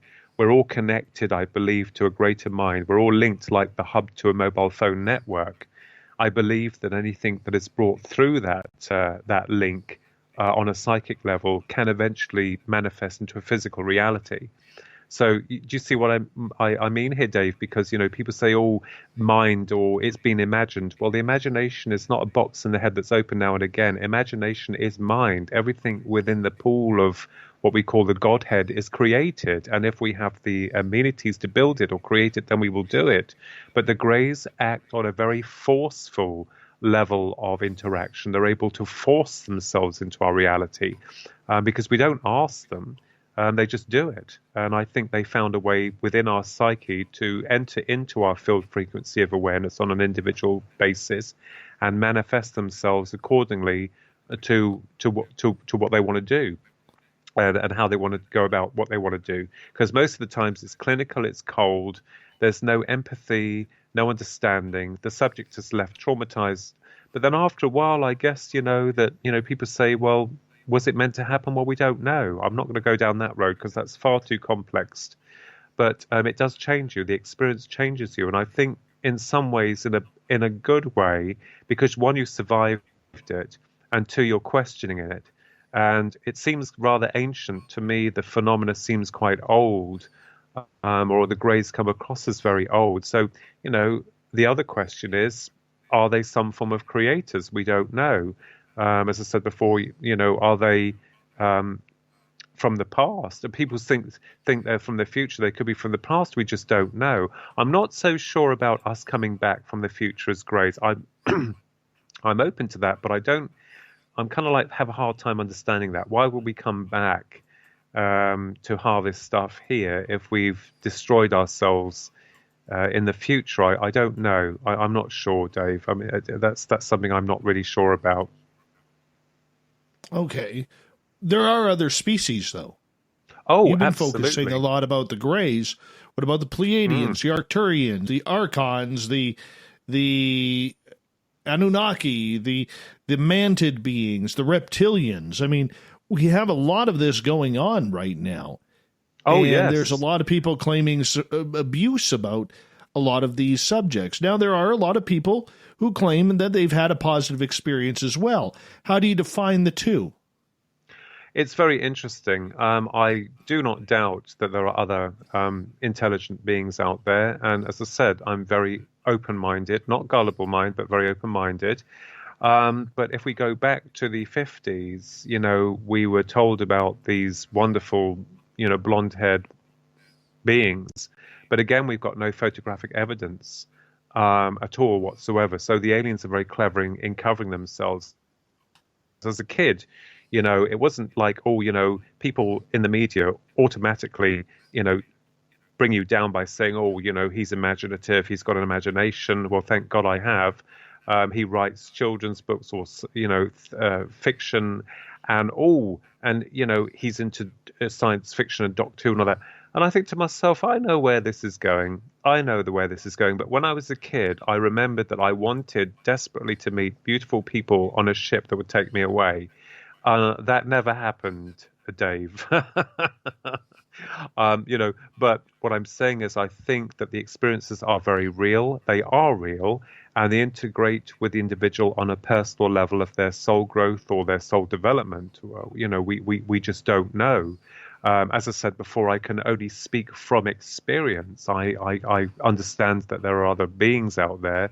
But what's interesting is that when there is interaction with an individual, it's personal to them, it's unique to them, and it changes them, Dave. It changes them on a very deep level. There are positive experiences. I don't doubt that. I think that is amazing.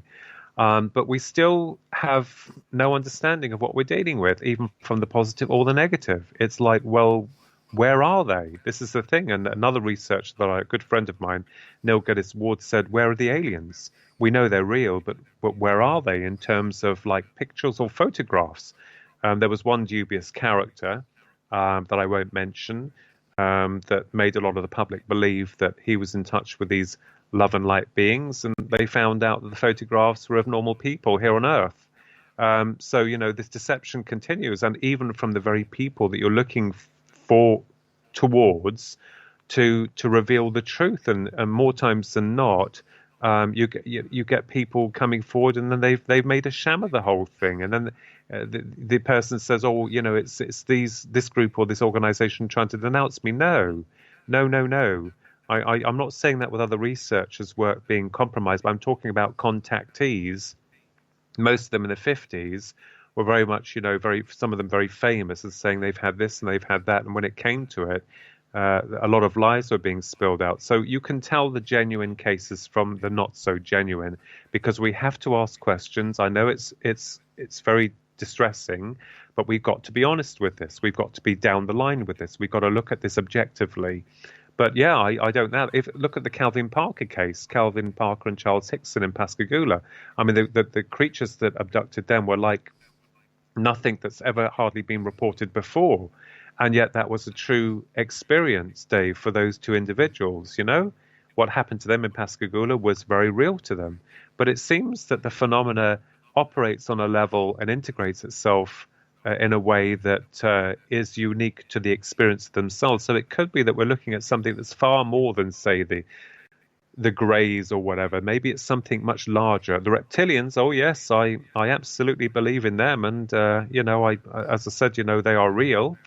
And there is, and this is where it gets a little bit complicated, because you're trying to put attachments to everything on different levels and different subjects. I speak of the greys because they were the ones that I had an experience with. There were 3 reptilians, but they hardly had anything to do with it.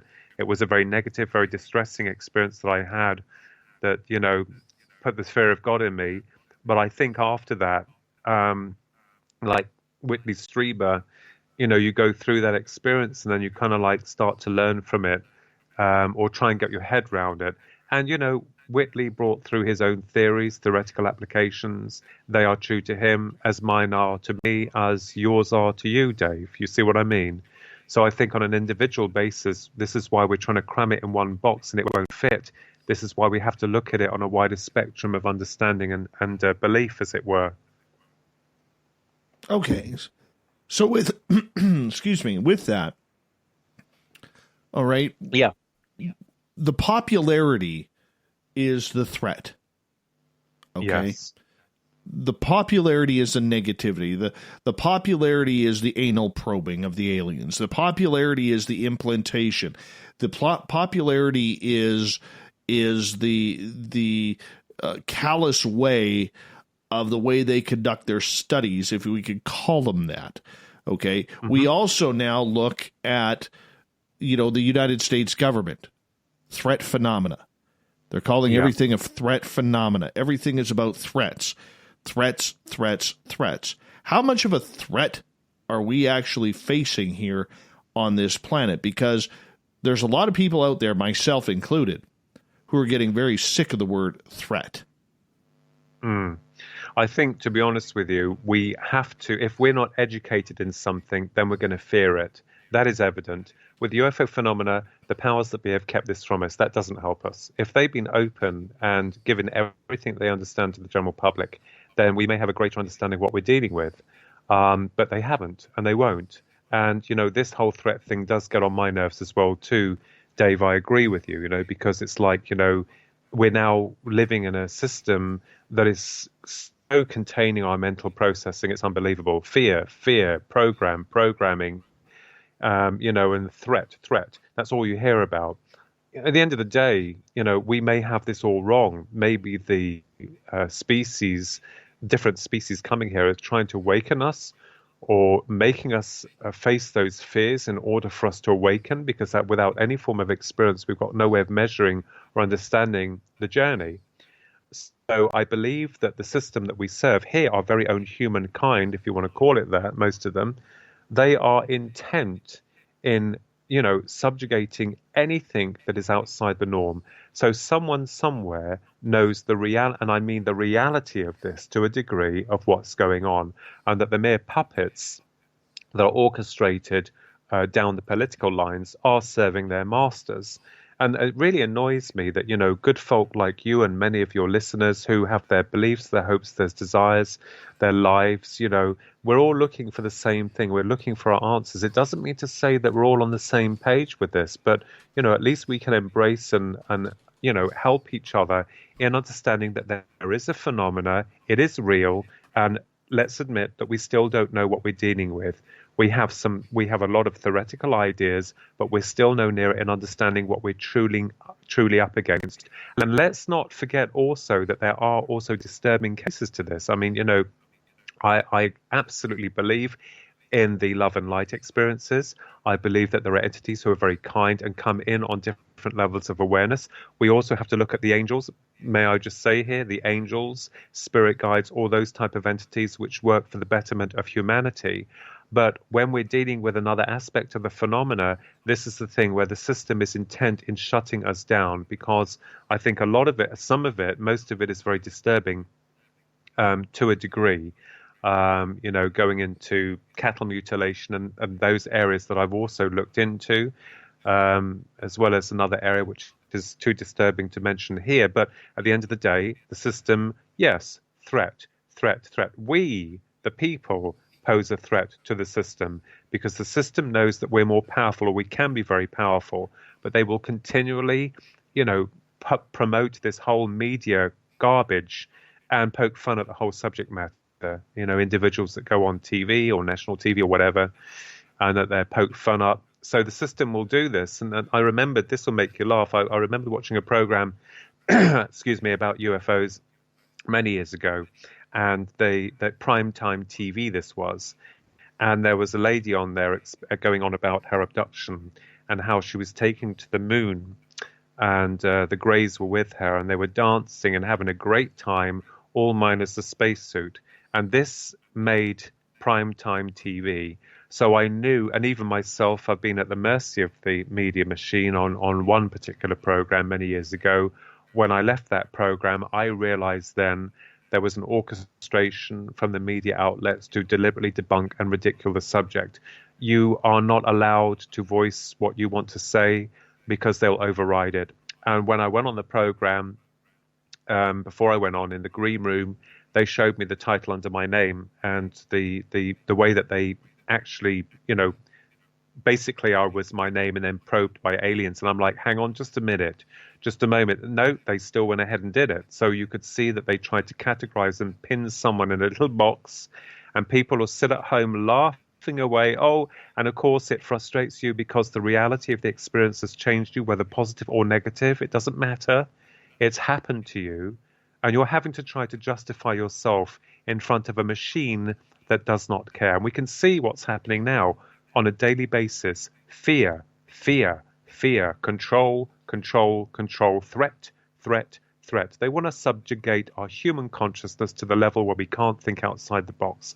And now you get some of these people on this planet that want to put a bloody chip in your head. I mean, what's that all about? We know what it's about, but you can damn well tell them from me, and I'm sure you're the same, Dave, that you can tell them to go to hell, because there's no way that I'm having a chip put inside me. I don't care who they are. So we can see that this whole propaganda, this whole program is deflecting the reality of the phenomena away and trying to force it still into the ages of the late 40s, 50s, 60s. And the phenomena has been around for a very long time. The only reason that, it's known as the late 40s is because, as we all know, of Roswell, the famous case that started the conspiracy theory. That's when the birthing of conspiracy theory, because the American military, I believe, didn't know how to go about it. They formulated a panel, and then they have what they call a cleanup operation in charge of those departments now. So yes, I agree with you totally on that one. Definitely on that one. We've got about 4 minutes here before we have to go to break. At the top of the hour, Philip Kinsella is our guest tonight on Spaced Out Radio, talking all things alien. So with the threat phenomena, do you think this is just a way for the government to get more taxpayers' money into funding these programs? I mean, or is it a collective? Well, yeah. Let me finish this, because is it a collective effort, okay, between the government, Hollywood, all right, a lot of the books, a lot of the radio shows out there posing this threat phenomena? Yes, I do. And I will tell you that, the way that it's going is not good, because once again, we're not dealing with the reality of the phenomena or respecting it the way it should be respected. I think that we're going around in circles with regards to the research, or what a lot of people are trying to pump into the media. I think also it could be possible, let's be a little bit romantic here, that the certain species are in coalition with these higher echelons. They're working hand in claw with them, and that there is a program to deliberately subjugate us. So we can see that, rightfully or wrongfully, that these entities are real, and they are infiltrating our plane of reality. And this is why there has been an orchestration of this continual confusion with regard to the subject, especially when you get brilliant researchers and people listen to them and they think they've gone out their mind. But in actual fact, going forward, we find that they weren't so crazy after all. So I think we have to deal with levels of this reality that looks outside the box. This isn't just about the UFO contact. This is not about, the aliens. This is about us on an individual level, of a conscious level, of a level of creation. This goes way beyond just the nuts and bolts syndrome of ufology. And I think most people have a hard time understanding that, or accepting or embracing that. They just want the nuts and bolts part of it. But there is a whole lot more to this. I really absolutely confirmed that this goes much, much deeper. And there's a lot of organizations out there deliberately intending to misinform the public, and also, make a lot of money from it. I think that, there is an agenda to silence the public and also researchers on a monumental level that we can see. And it's horrible. It gets quite nasty. People, even in this circle or this connection with ufology, it gets quite nasty, Dave. I'm sure you've seen that yourself, haven't you? I have. This is what makes me wonder, and this is what also leads to a lot of the infighting we see on places like social media, like UFO Twitter.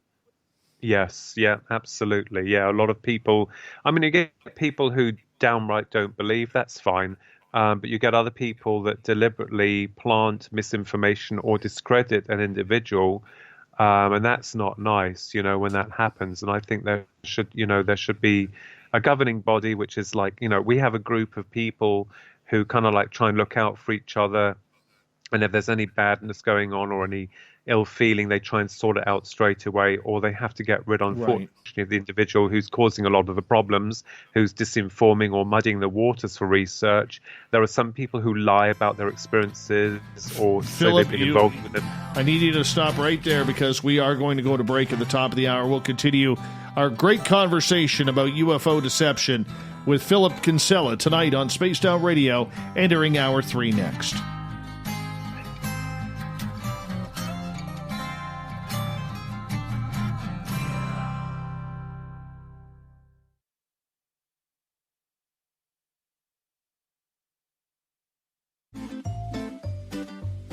Looking for creative ways to get your company out in the public? How about advertising on Spaced Out Radio? Our sales department is waiting to hear from you, and we can work around any budget.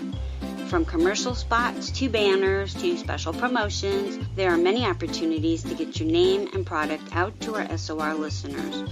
For a price guide and more information, please contact us at sales@spacedoutradio.com. The party is always on at the Moose Vancouver. The Moose Vancouver is where you want to be when visiting Canada's West Coast. Open until 2 a.m. nightly, the Moose cranks up the rock while serving some of the best-rated food in the city. The menu starts at $6.95. Why party anywhere else in Vancouver when the Moose is right there? Get your horns up and rock with the Moose, the official party bar of Spaced Out Radio. We are scouring the world for the most intriguing stories of your day. Take the time to read up on the SOR Newswire, where our team, led by Captain Shirk, will deliver to you some of the best paranormal and supernatural news, along with some stories that will blow your mind from the weird to the wacky. It's the news outside the news that piques interest, and that's what we're looking to deliver to you. The SOR Newswire, only at spacedoutradio.com. Hey, space travelers, this is John Resig, founder of the Chive and Chive Charities. If you know anything about our website, you know we like to do things a little differently.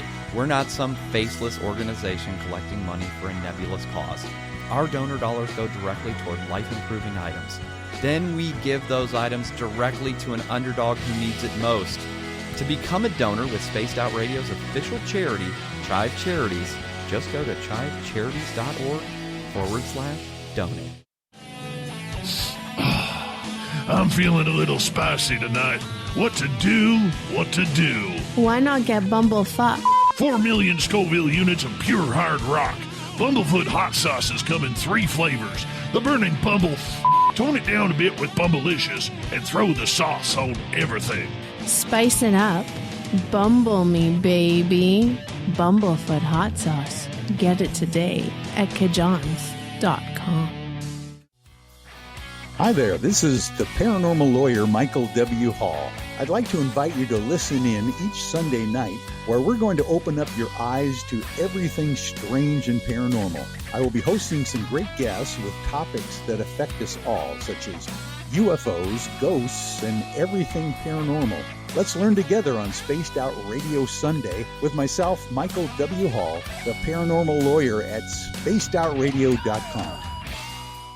Hello, this is your guitar man, Ron Bumblefoot Thal, and I have to tell you, I love the response I get for Little Brother is Watching from Spaced Out Radio fans. It's amazing how music can inspire and make people think deeper about what's going on in the supernatural world. You can head over to my website, bumblefoot.com, to check out my music, my guitar workshops, my touring, even check out some of the hot sauces that I'm working on. And make sure you keep on listening, because with Spaced Out Radio, you know Little Brother is watching. Hello, space travelers. It's me again, Carl. Don't forget to join the Space Travelers Club for just $5 a month and follow Spaced Out Radio on Twitter at Spaced Out Radio. Our Instagram, Dave Scott SOR. Our Facebook page is Spaced Out Radio Show. Our archives are free at youtube.com/Spaced Out Radio. Come woo it up with Spaced Out Radio today. Bye!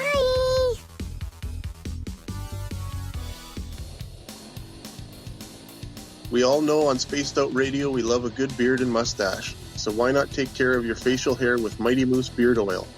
Made in Canada, we're taking care of beards and stashes around the world. We use 100% natural ingredients with our oils and balms to make your whiskers feel silky smooth. Use promo code SOR2019 at mightymoosebeard.com today.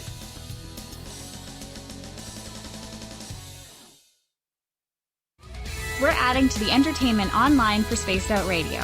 I'm Amber Beckrud, and I want to invite you to subscribe to our YouTube channel and check out Cryptid Tales, where I will take you on a journey into some of the strangest legends and lore from around the world, relaying the stories to you of the strange creatures and experiences that people have had throughout time. You can find Cryptid Tales at youtube.com/Spaced Out Radio, and while you're there, don't forget to check out our free archives and leave a comment. See you there.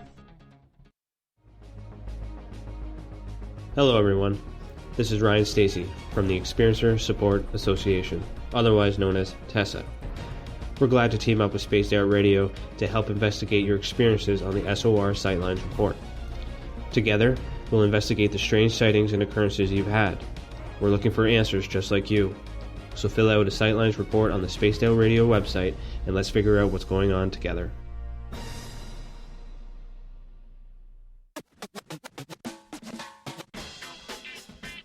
The SOR Vault is open for business, and do we have some cool swag for you to pick up? All you have to do is head over to our website and click on the SOR Vault. You have a variety of cool logos to choose from, and put them on anything you want. T-shirts, hoodies, hats, coffee mugs, you name it, we can get it to you. So do your shopping by supporting the store you love. Get your Spaced Out Radio swag at the SOR Vault today.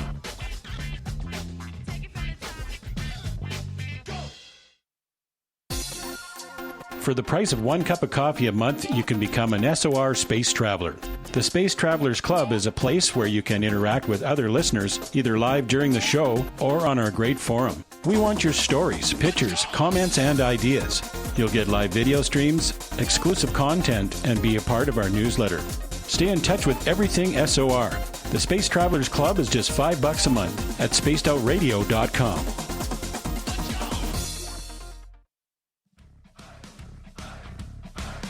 Would you like to connect with us?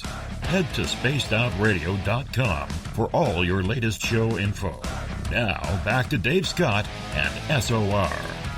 Third and final hour of Spaced Out Radio is underway tonight. Thank you for tuning us in. I am Dave Scott. We welcome back everyone listening in on our terrestrial affiliates around North America and digitally on TalkStream Live and Revolution Radio. All of our archives are free by going to youtube.com/Spaced Out Radio. Just do me the favor, hit that subscribe button. The Desert Clam has set the password for tonight in the SOR Space Travelers Club. Dialogism. Dialogism is your password. Use it wisely, Space Travelers, as a clam sets a password each and every night right here on Spaced Out Radio. Our website is spacedoutradio.com, where we have a plethora of features for you, including rocking out to Bumblefoot and reading up on Captain Shirk's SOR Newswire. Follow us on Twitter at Spaced Out Radio and on Instagram at Spaced Out Radio Show. For the final time tonight, we introduce our guest, Philip Kinsella. He's an award-winning author. You can find all of his books on Amazon. We're talking UFO deception tonight, but we're going to kind of change gears right now. We're going to get into summoning UFOs. You did an experiment with this, Philip, a few years ago. Yeah, in 1998, we were involved in a lot of research at Rendlesham. And, of course, we met with the prime investigator, Brenda Butler. And my brother, my twin brother Ronald, and myself and Susan, a friend of ours, had performed an experiment. We'd be going backwards and forwards to the forest and seen some strange things. This is in Suffolk in England. It's about a 2-hour drive from where we live in Bedfordshire. And we had done an experiment at home before we got to the forest on this particular occasion, calling psychically to whomever to reveal themselves to us. You know, it was an experiment. We thought we'd do it. We'd try it and see if it worked. And ironically enough, we called it Calling Occupants, which was from the famous song by the brilliant and wonderful late Karen Carpenter. Anyway, a week later, we go to the forest. And we sit in the field where the original craft was supposed to have arrived at, and we meditated under a full moon, clear sky. I think this was around about 9:45 at night. And when we stopped the meditation, we got up and we just looked around for a minute, and then we caught this red light that was coming from the farmer's house in the other side of the field. And we thought, crap, we've been seen by the farmer. He wants to chase us out of the field because there's a big field opposite the forest. And so we started to run back, and then we realized that the light was coming closer towards us, and then it shot across the field, which was half crop and half just barren land. And then it disappeared, and we thought, wow, that's amazing. But that was the only start of it. The next thing that happened was that there was this flash of light above these trees, and this object, which was like a triangle, a perfect triangle with a gap and a circular undercarriage. So it looked like a witch's hat, but where the rim is, it's separated, and it was lit up like a jewel. It just appeared, it didn't move, and the top half rotated one way. The bottom half that had a row of blue lights around it moved the other way. So it was kind of like, operating like a clock, as it were. There was no sound, and I couldn't believe it. I thought, oh my God, what is that?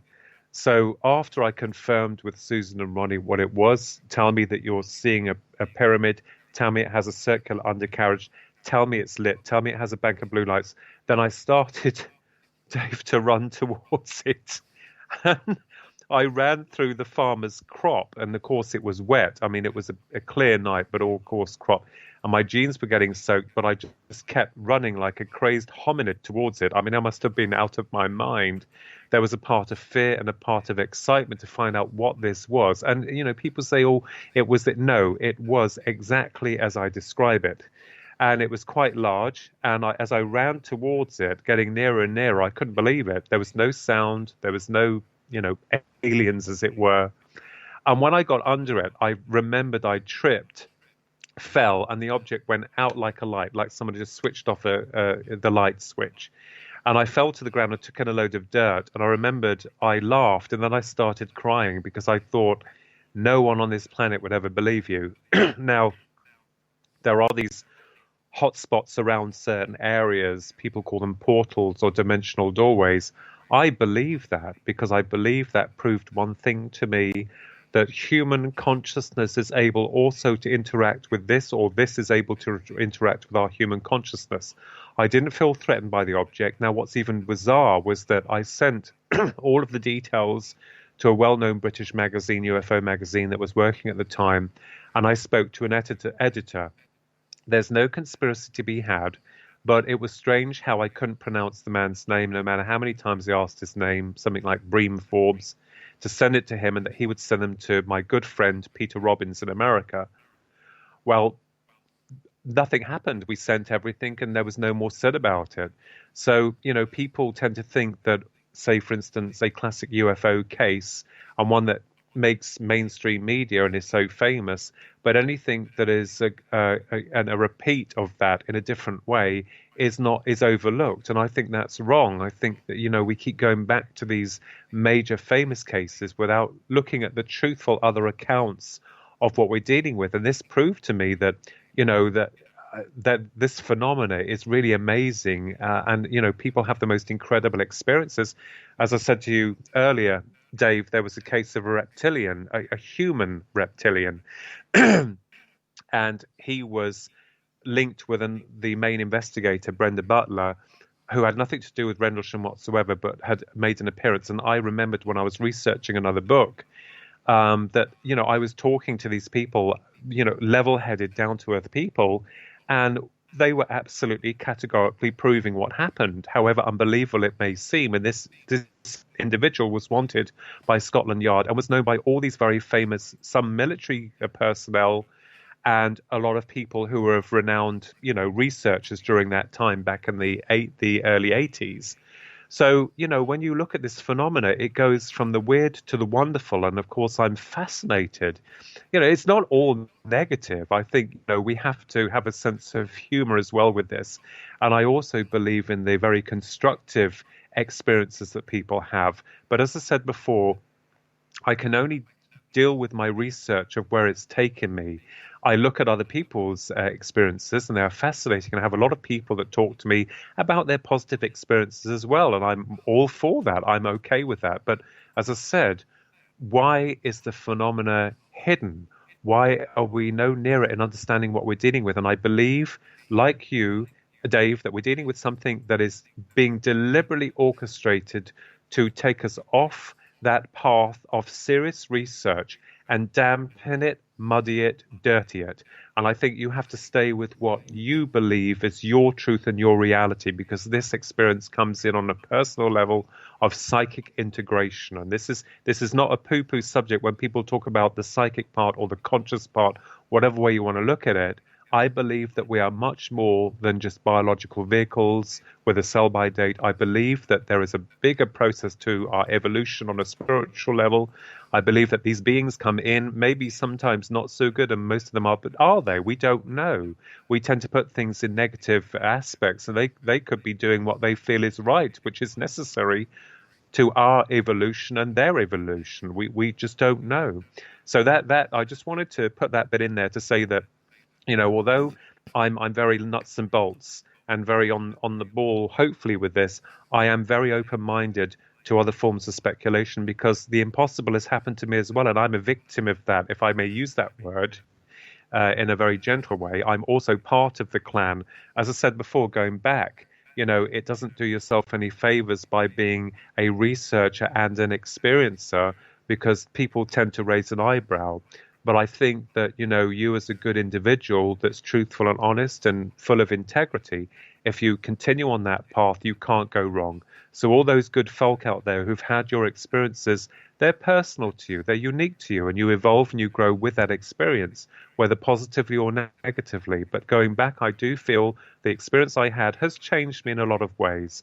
What I thought was really negative is now beginning to show that there are other areas that we're exploring to that experience that's saying otherwise. So it's really contradictory, but it seems to be creating some kind of understanding within me on a deeper psychic level of reality.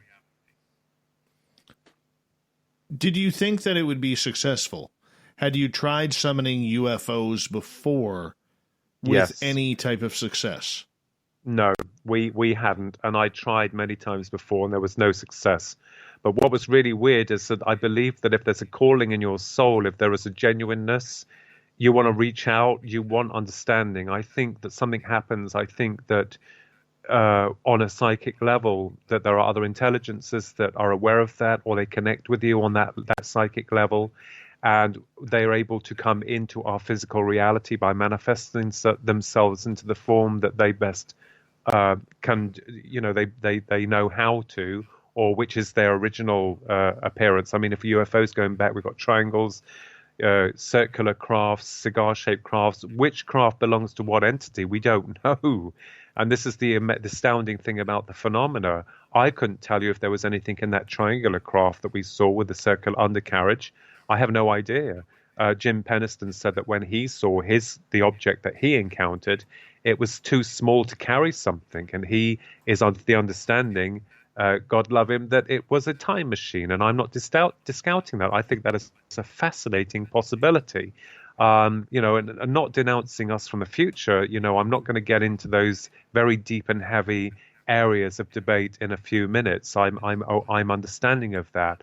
But as I said, we are no nearer understanding what we're dealing with. After all these decades of research, we're still, fumbling around in the dark. But it's good. I think we've made some progress. I think a lot of people, researchers and like-minded individuals, are making some progress, especially with the powers that be are concerned, because people are now sniffing a rat. I think they're fed up with control. I think they know that we've all been had to a degree. And I think people are waking up now. I really believe that. Do you believe that there was some sort of conscious communication with whoever those entities were on that craft? I do. I believe that when we'd performed the experiment a week before at home psychically, I believe that it wanted to, on some level. I think on a personal level, I think we all have our paths, and that's unique to you as an individual. And I think that's important to you and your growth. And I believe that these experiences come in to guide you or to move you forward. It's really amazing because it does change you. And I'm fascinated with it. I'm forever buying books on the subject. I'm watching a lot of, all the time doing my research. And it is fascinating. I mean, I think the people who are not being honest or, open about this. And I think it's fair to say that with your line of research, Dave, with what you're doing and where you're going, it's important for you to hold on to those beliefs, that structured system of your reality. As I said before, we're trying to put this into one box. It will not fit. There are other parallels which connect with it on an interdimensional level of reality. And this is where we've got to come out of our comfort zone, because people think, it's all nuts and bolts and it's physical, flesh and blood and all this type of thing. But we're understanding that there is an amazing connection with alternative dimensional frequencies of awareness that are aware of us. And perhaps this is part of the grand plan on a soul level. I don't know. But it certainly helped me and made me believe that the world I'm living in is not the real world. And it's certainly not a truthful one. That I can tell you. No, I mean, it is different. I mean, when you have that type of communication, it's very difficult to make it happen again for any type of plausible scientific experimentation. No, absolutely. We tried and we failed. And it's like, all I can say is that even at the time that the object had appeared, we had no expectancy of anything really happening. And I think it sometimes catches you off guard. I think, if we sat there and I thought, well, I want this to happen, it wouldn't happen. I think if we went with an open mind, it's rather like a lot of things that we do in life. If we're hoping and wanting something too much, it never happens. I think once we release that energy within ourselves, then maybe the universe or the universal consciousness is able to connect with us on the level where we're not so blocked or so needy or wanting. It's like holding a bar of soap. If you hold it too tight, it'll slip out of your fingers. So I believe that, trying to replicate that experiment, I don't think we could ever do again. And this is where it has you, because you get a team of scientists come and say, right, recreate the experiment for us. And if you fail, you've got mud on your face. So as I said, it was an incredible experience. Another one that I shall never forget for as long as I live. But it's interesting how most people are not interested, as I said before, in cases when they actually happen at that moment. People come back 2 years later saying, oh, can you tell me about what happened then? And I'll say, well, yeah, and it's really weird when you bring evidence to the table, such as it is in regards to photography that happened on the film footage, on the 9th of April 2016, the last time that my brother and I saw the UFOs along with other witnesses, and that's in the next book. No one wanted to know. It was like, no, not interested. No, oh, well, there it is. And you're like, hang on a minute, the objects are there, you can see them, analyzed, and a lot of people witnessed them, and I had someone else come forward with photographs of these objects. But it's weird, isn't it? It's like, no, we want to deal with stuff that's happened in the past and not at the present. I guess most of the time in life we're doing that. We're thinking about the past, or we're moving into the future, and we're not really thinking about where we are at present. And I think that tells us a lot about the way that we are as a species, as a structured species. We're always chasing our tail from time to time, from hour to hour, and not really appreciating the moment that we're in. And I think we're all guilty of that to a degree. But the phenomena is very clever. It seems to, it catches you unawares, I can tell you. Did it follow up with further communication? No, there was nothing.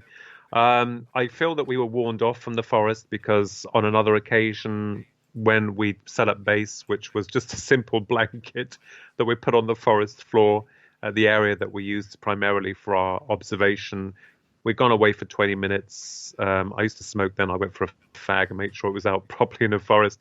And when we'd come back for a coffee and fags and, had a walk around, someone had left a dead rat and a dead rabbit in a circle, which was touching from head to toe near the blanket, which was fresh. And it was quite alarming. And I'm not saying that was aliens. It was probably, I don't know what that was. You can come up with all sorts of forms of conjecture, but we've been trying to warn off. We had helicopters hassling us at night. That is the God's honest truth. That were as low as the treetops, trying to get us out of the area for some unknown reason.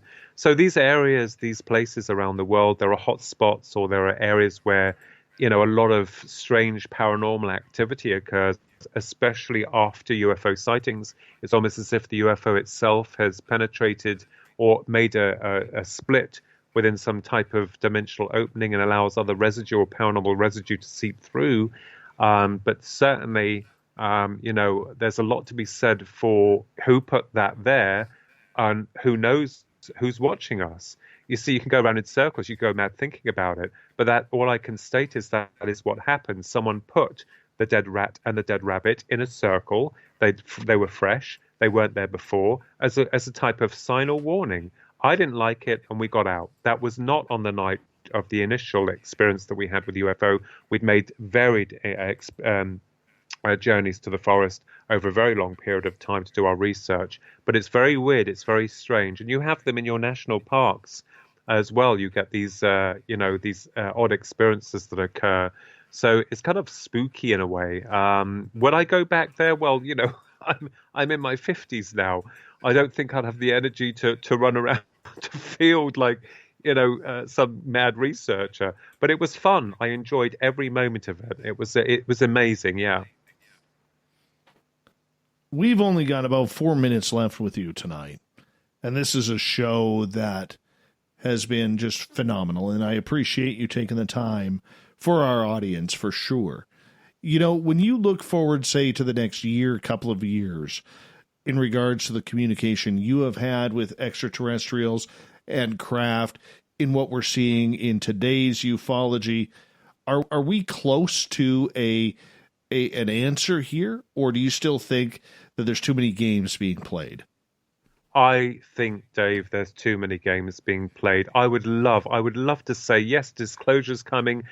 We're going to be told all that there is to know about what we're dealing with. I don't think so. I think it's going to take a lot longer within this. And I know there are some good souls out there trying to push for that disclosure, but, you know, it just becomes some type of almost like a corporation, or it becomes like a banner of truth and everyone's got to follow it. But I believe that it's going to take a long time for us certainly to get our heads around, one, the phenomena, and two, why it's happening, and three, what is happening, because we're no nearer understanding it. All we have is theoretical application.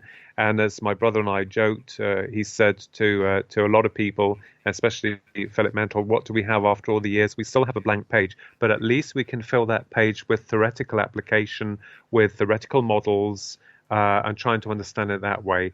You know, what's interesting is when we deal with this phenomena, it definitely is going down the rabbit hole.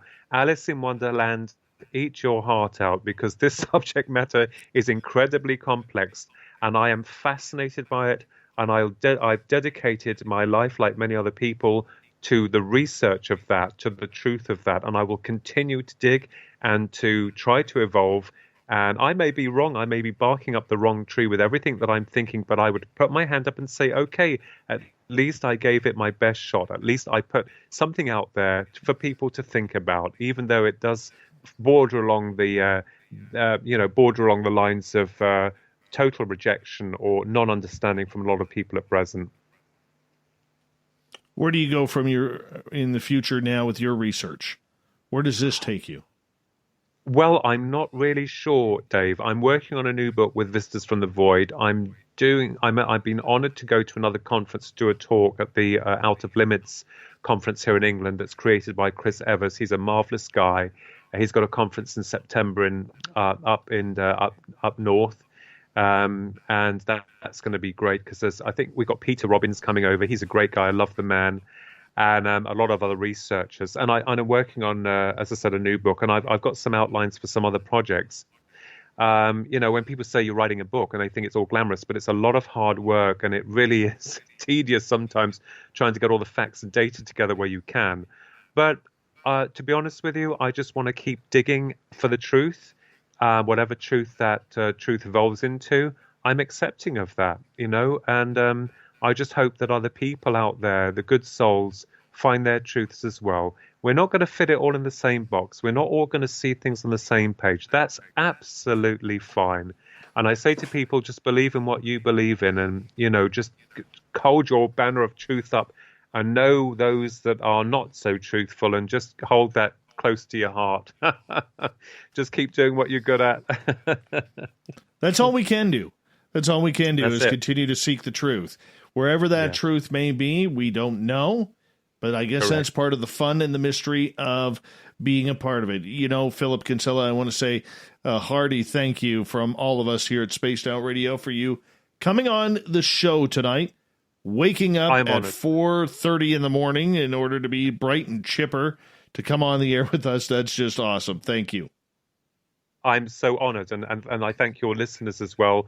And I'm so honored to come on your amazing show. Very honored indeed. Thank you very much, Dave. We definitely appreciate you, my friend. Coming up next, we have the SOR Newswire and the Thought of the Dave. Stay tuned. More Spaced Out Radio coming up right after this.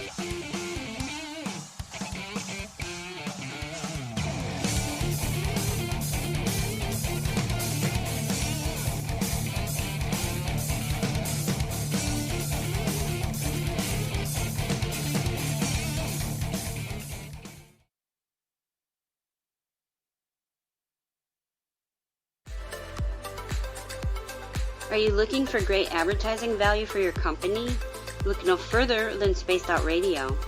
We have a multitude of places to get your name out there, including commercial ads during the show, special promotions, and banners on our website. Our audience is proven to support the companies that support our show. We can make your budget work for you. So for more information, please contact us at sales@spacedoutradio.com. At spacedoutradio.com, we are keeping you up to date on all the news with the SOR Newswire.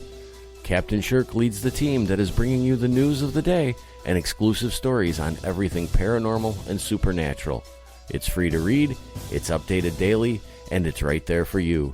The SOR Newswire is a one-stop shop for the news of the day. Check it out at spacedoutradio.com today. Hi there, this is the paranormal lawyer Michael W. Hall. I'd like to invite you to listen in each Sunday night where we're going to open up your eyes to everything strange and paranormal. I will be hosting some great guests with topics that affect us all, such as UFOs, ghosts, and everything paranormal. Let's learn together on Spaced Out Radio Sunday with myself, Michael W. Hall, the paranormal lawyer at spacedoutradio.com. If you like it hot, real hot, then heat up your meals with Bumblefoot hot sauce. Get your Bumblefoot hot sauce today. The sauce, Bumblicious, and the 4 million Scoville unit Bumble. We're going in hot, real hot, coming out even hotter. Keep the milk nearby and tantalize your taste buds tonight. Bumblefoot hot sauce, available now at kajans.com. Hey, Spaced Out Radio fans! It's John Resig, founder of the Chive and Chive Charities.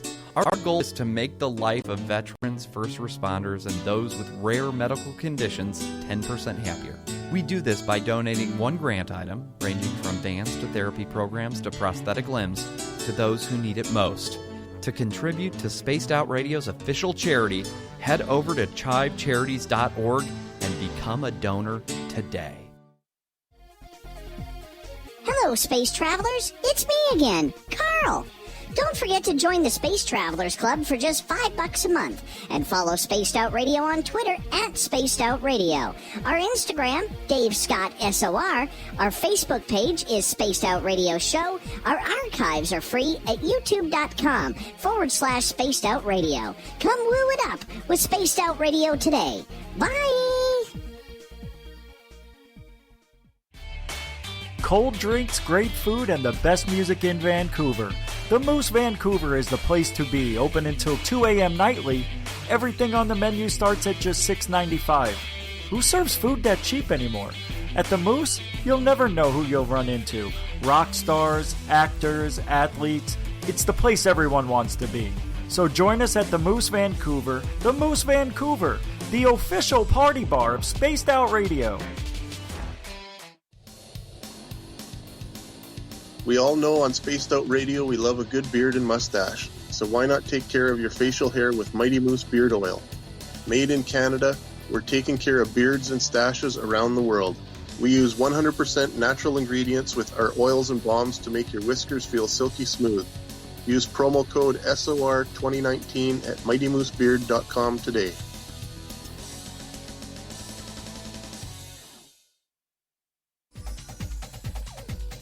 Hey everybody, the SOR Space Travelers is open. For just $5 a month, you can hang out with Dave and our crew privately in our members-only section. With your signing, you'll receive newsletters on what's going on with Spaced Out Radio. You'll have direct contact with the host during the show in our chat, live streaming videos, and a great forum for your posts and more. Become a space traveler now at spacedoutradio.com.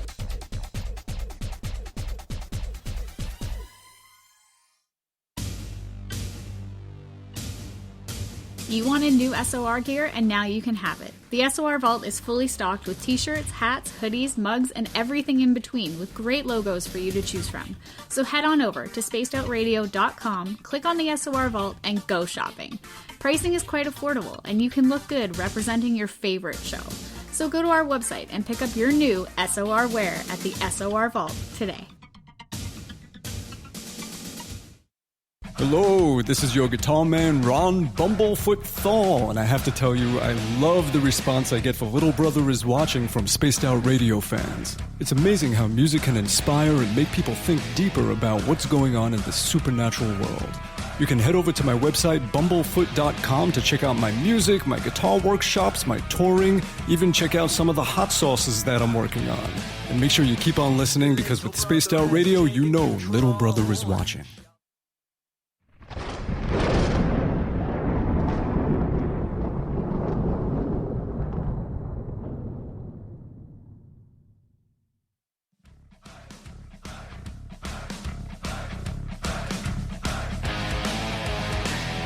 We've rounded third. We're heading for home tonight on Spaced Out Radio. I am your host, Dave Scott, sitting in the captain's chair of SOR headquarters. Thank you so much for joining us. And yes, apparently I was asked by one of the audience members that I should wear a tie while doing the news. It just so happens I have a tie in the studio. So I have put on a tie for the news. But first, before we go there, we want to mention that if you've missed most of this show or others, check out our free archives by going to youtube.com/Spaced Out Radio. Just do me the favor, hit that subscribe button. Our website is spacedoutradio.com, where we have a plethora of features for you, including rocking out to Bumblefoot and reading up on Captain Shirk's SOR Newswire. On Twitter, follow us at Spaced Out Radio, and on Instagram at Spaced Out Radio Show. Speaking of the news,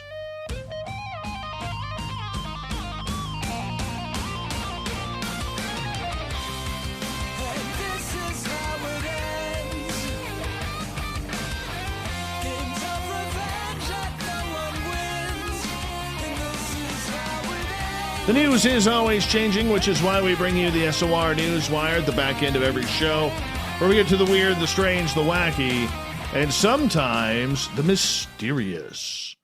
Chinese state media says the country has safely landed a reusable spacecraft, which it claims will provide a convenient and inexpensive method of getting to and from space.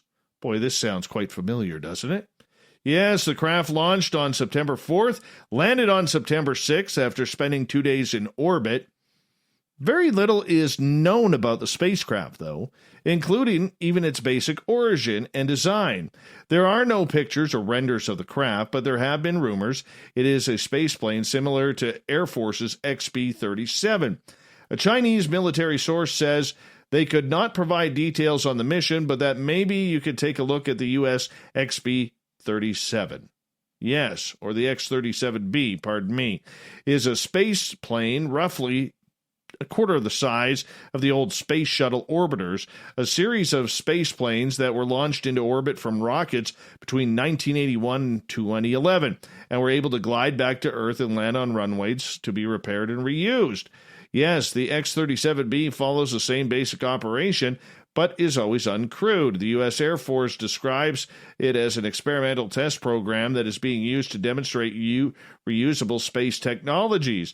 The relatively abrupt test of the mysterious Chinese craft may surprise some, but it tracks with some countries' ambitions to create reusable spaceplanes, says Andrew Jones, a freelance writer who follows China's space program.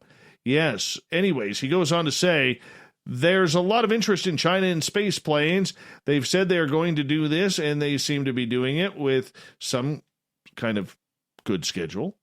Whatever the nature of the craft, China is keen to celebrate its return as a scientific milestone. Xinhua described the news as an important breakthrough, while a Chinese military source says there were many firsts in this launch, which they said explains the secrecy.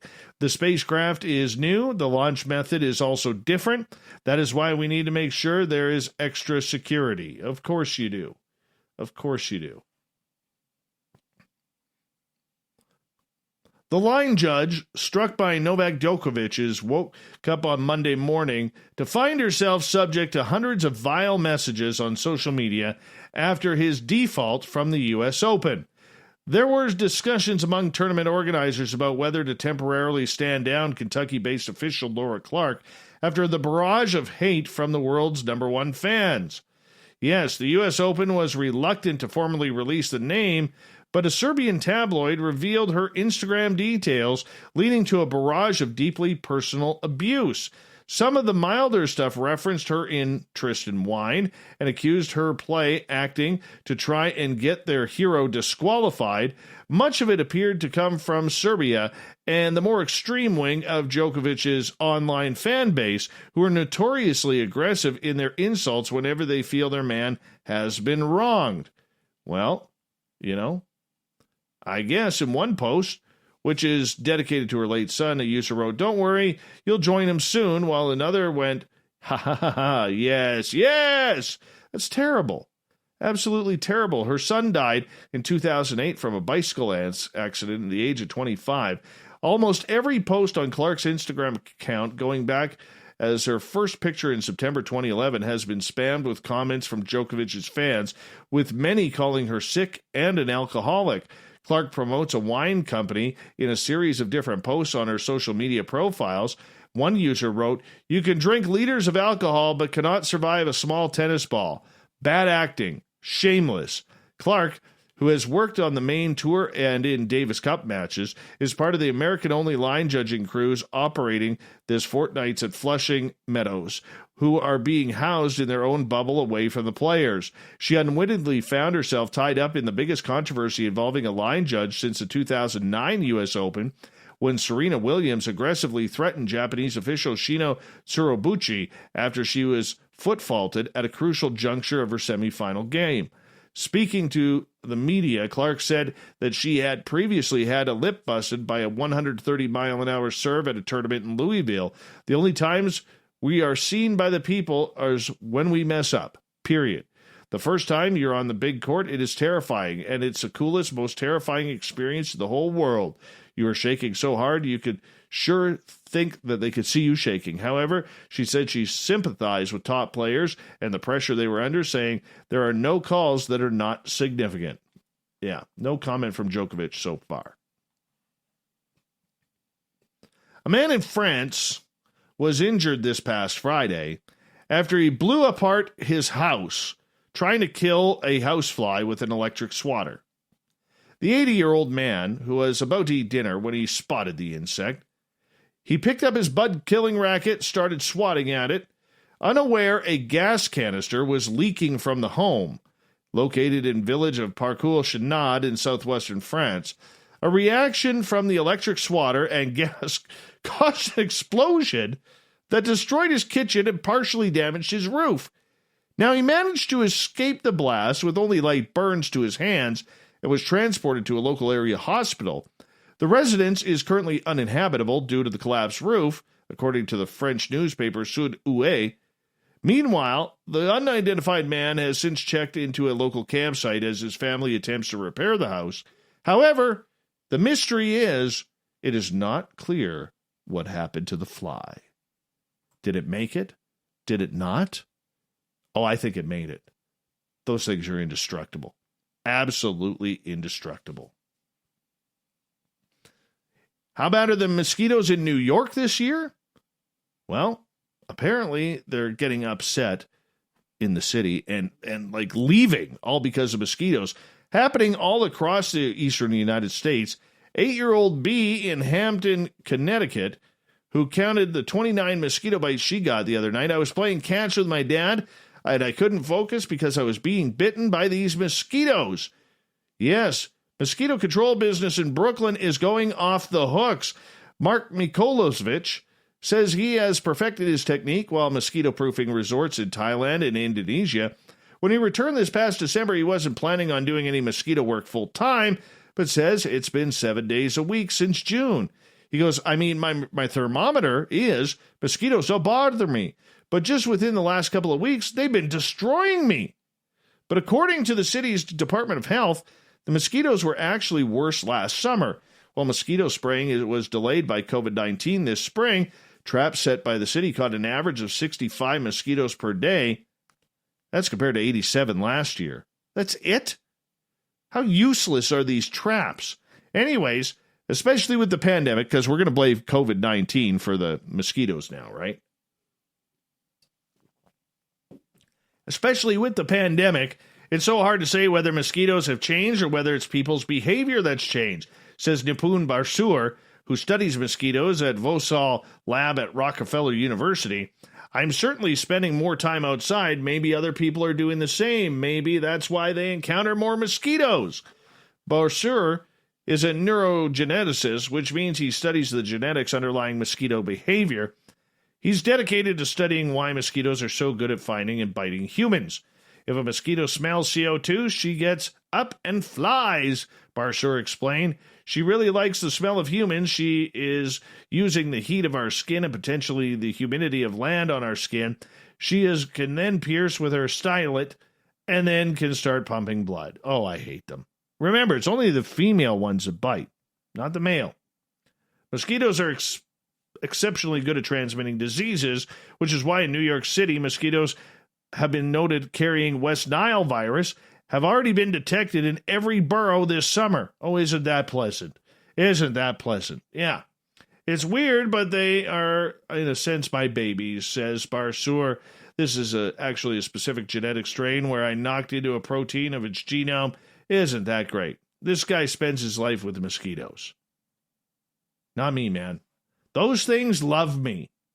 I will never forget last year, about to take my dogs outside, and there was a swarm of about 100 of them in front of my window of my door, and they were holding picket signs saying, "Come on out, bring us that sweet nectar."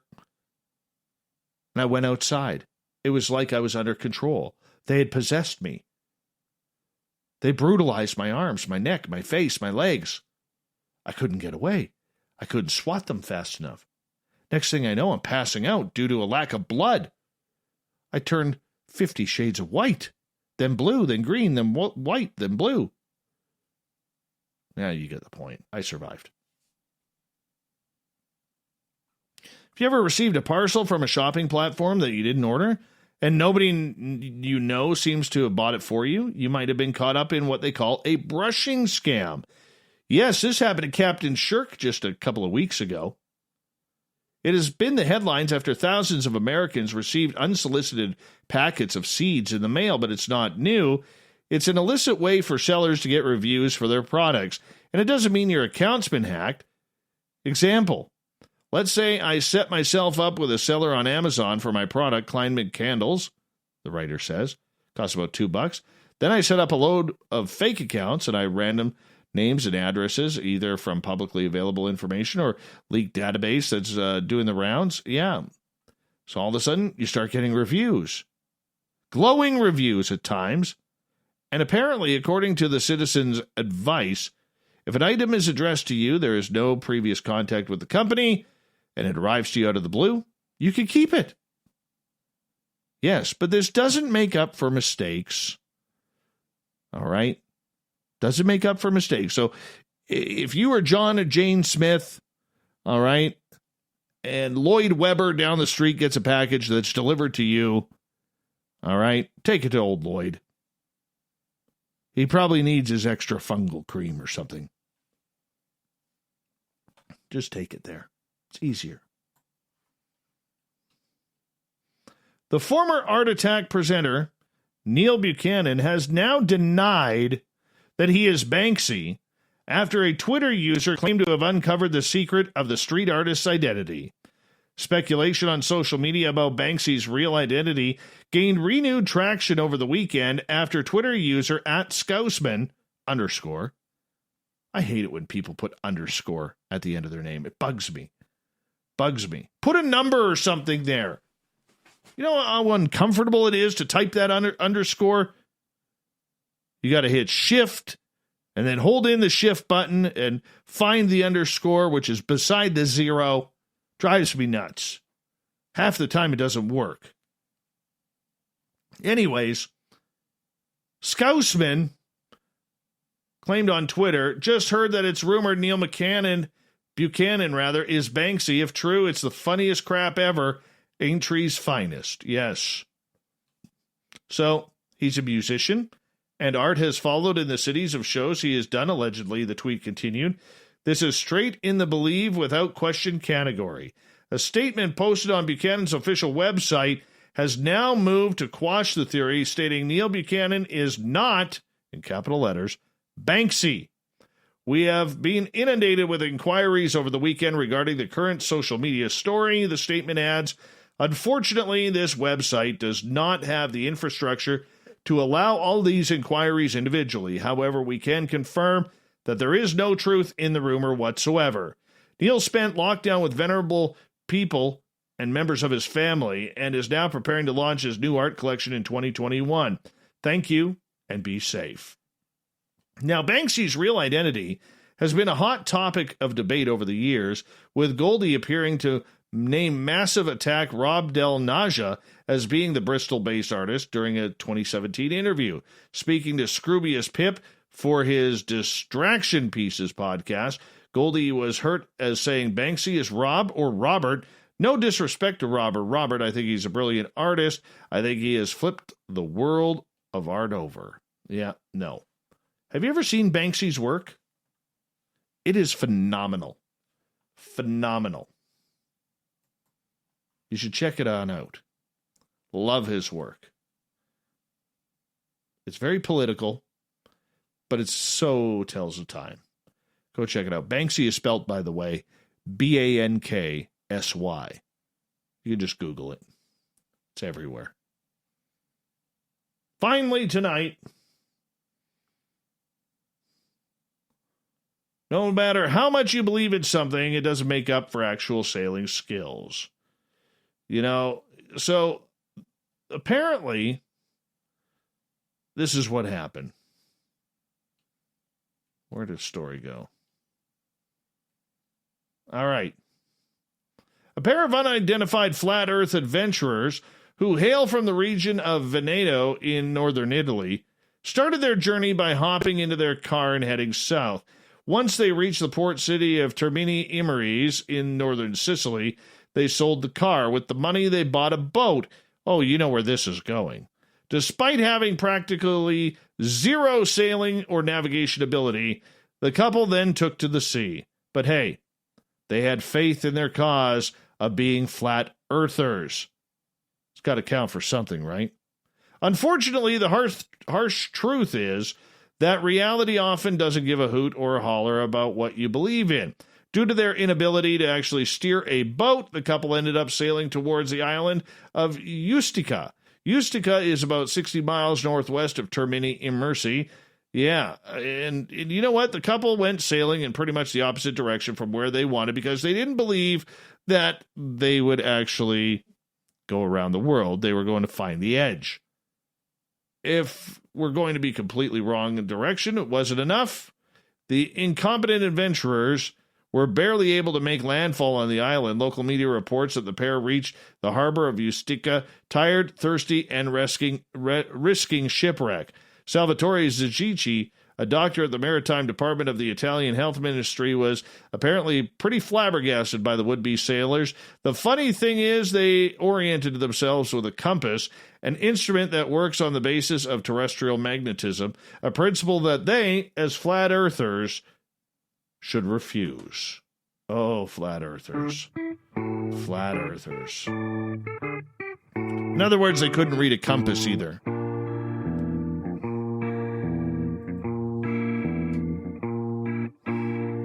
Thought of the Day happens every night at this time, where we ask a question on our Facebook and Twitter pages, then read your responses on the air because we love the audience participation around here. Today's Thought of the Day is as follows. What's your opinion of the U.S. government having alien craft? Dawn. We've had them since Operation Paperclip. Sir Ken, not true. Sparkles.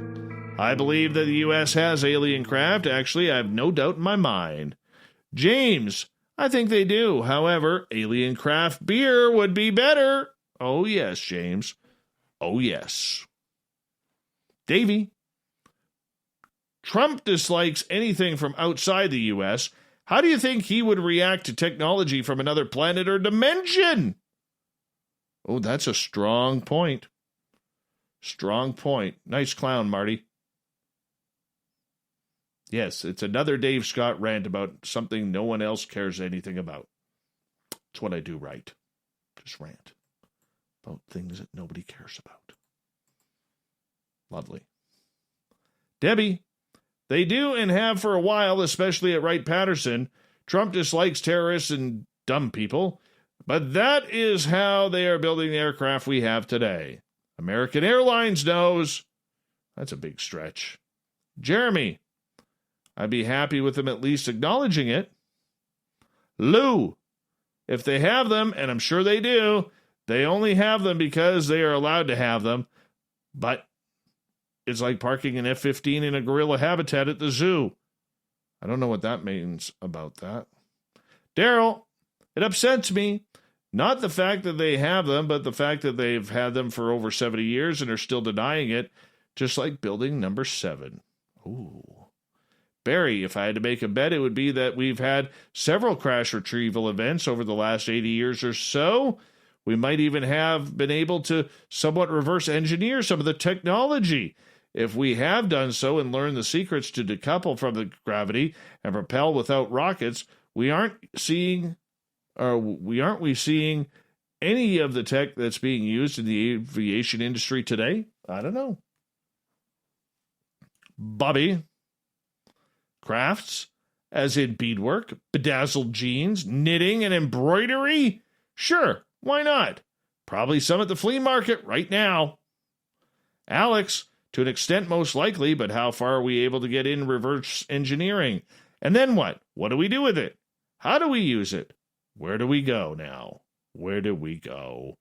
Where do we go now? Damien, they have them, but they don't have the technology to control them at high speed. Of course not. Robert, there's been persistent rumors for decades. If proven to be true, I would only raise one eyebrow.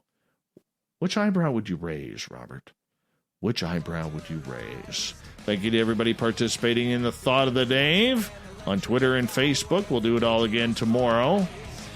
And, of course, to Captain Shirk for the SOR Newswire, and to Philip Kinsella for coming on the show tonight. We got Mr. Ron Bumblefoot Thaw rocking in the background with Little Brother Is Watching. Bumblefoot is the official music of Spaced Out Radio, rocking us in and out of every single show.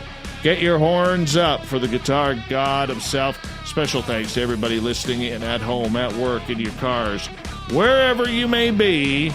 Thank you to everybody participating in our chat rooms.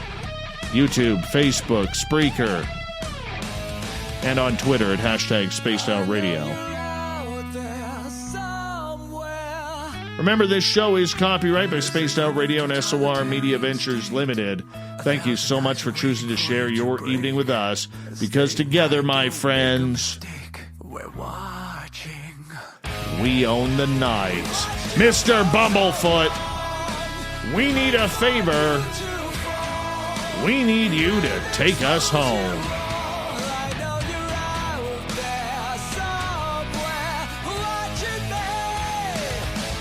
Yes, the Woo train has docked for the night, but my friends, tomorrow we shall ride again. Your seats are always available. Your tickets never expire. And if you want to bring a friend, we got room for them too. Good night.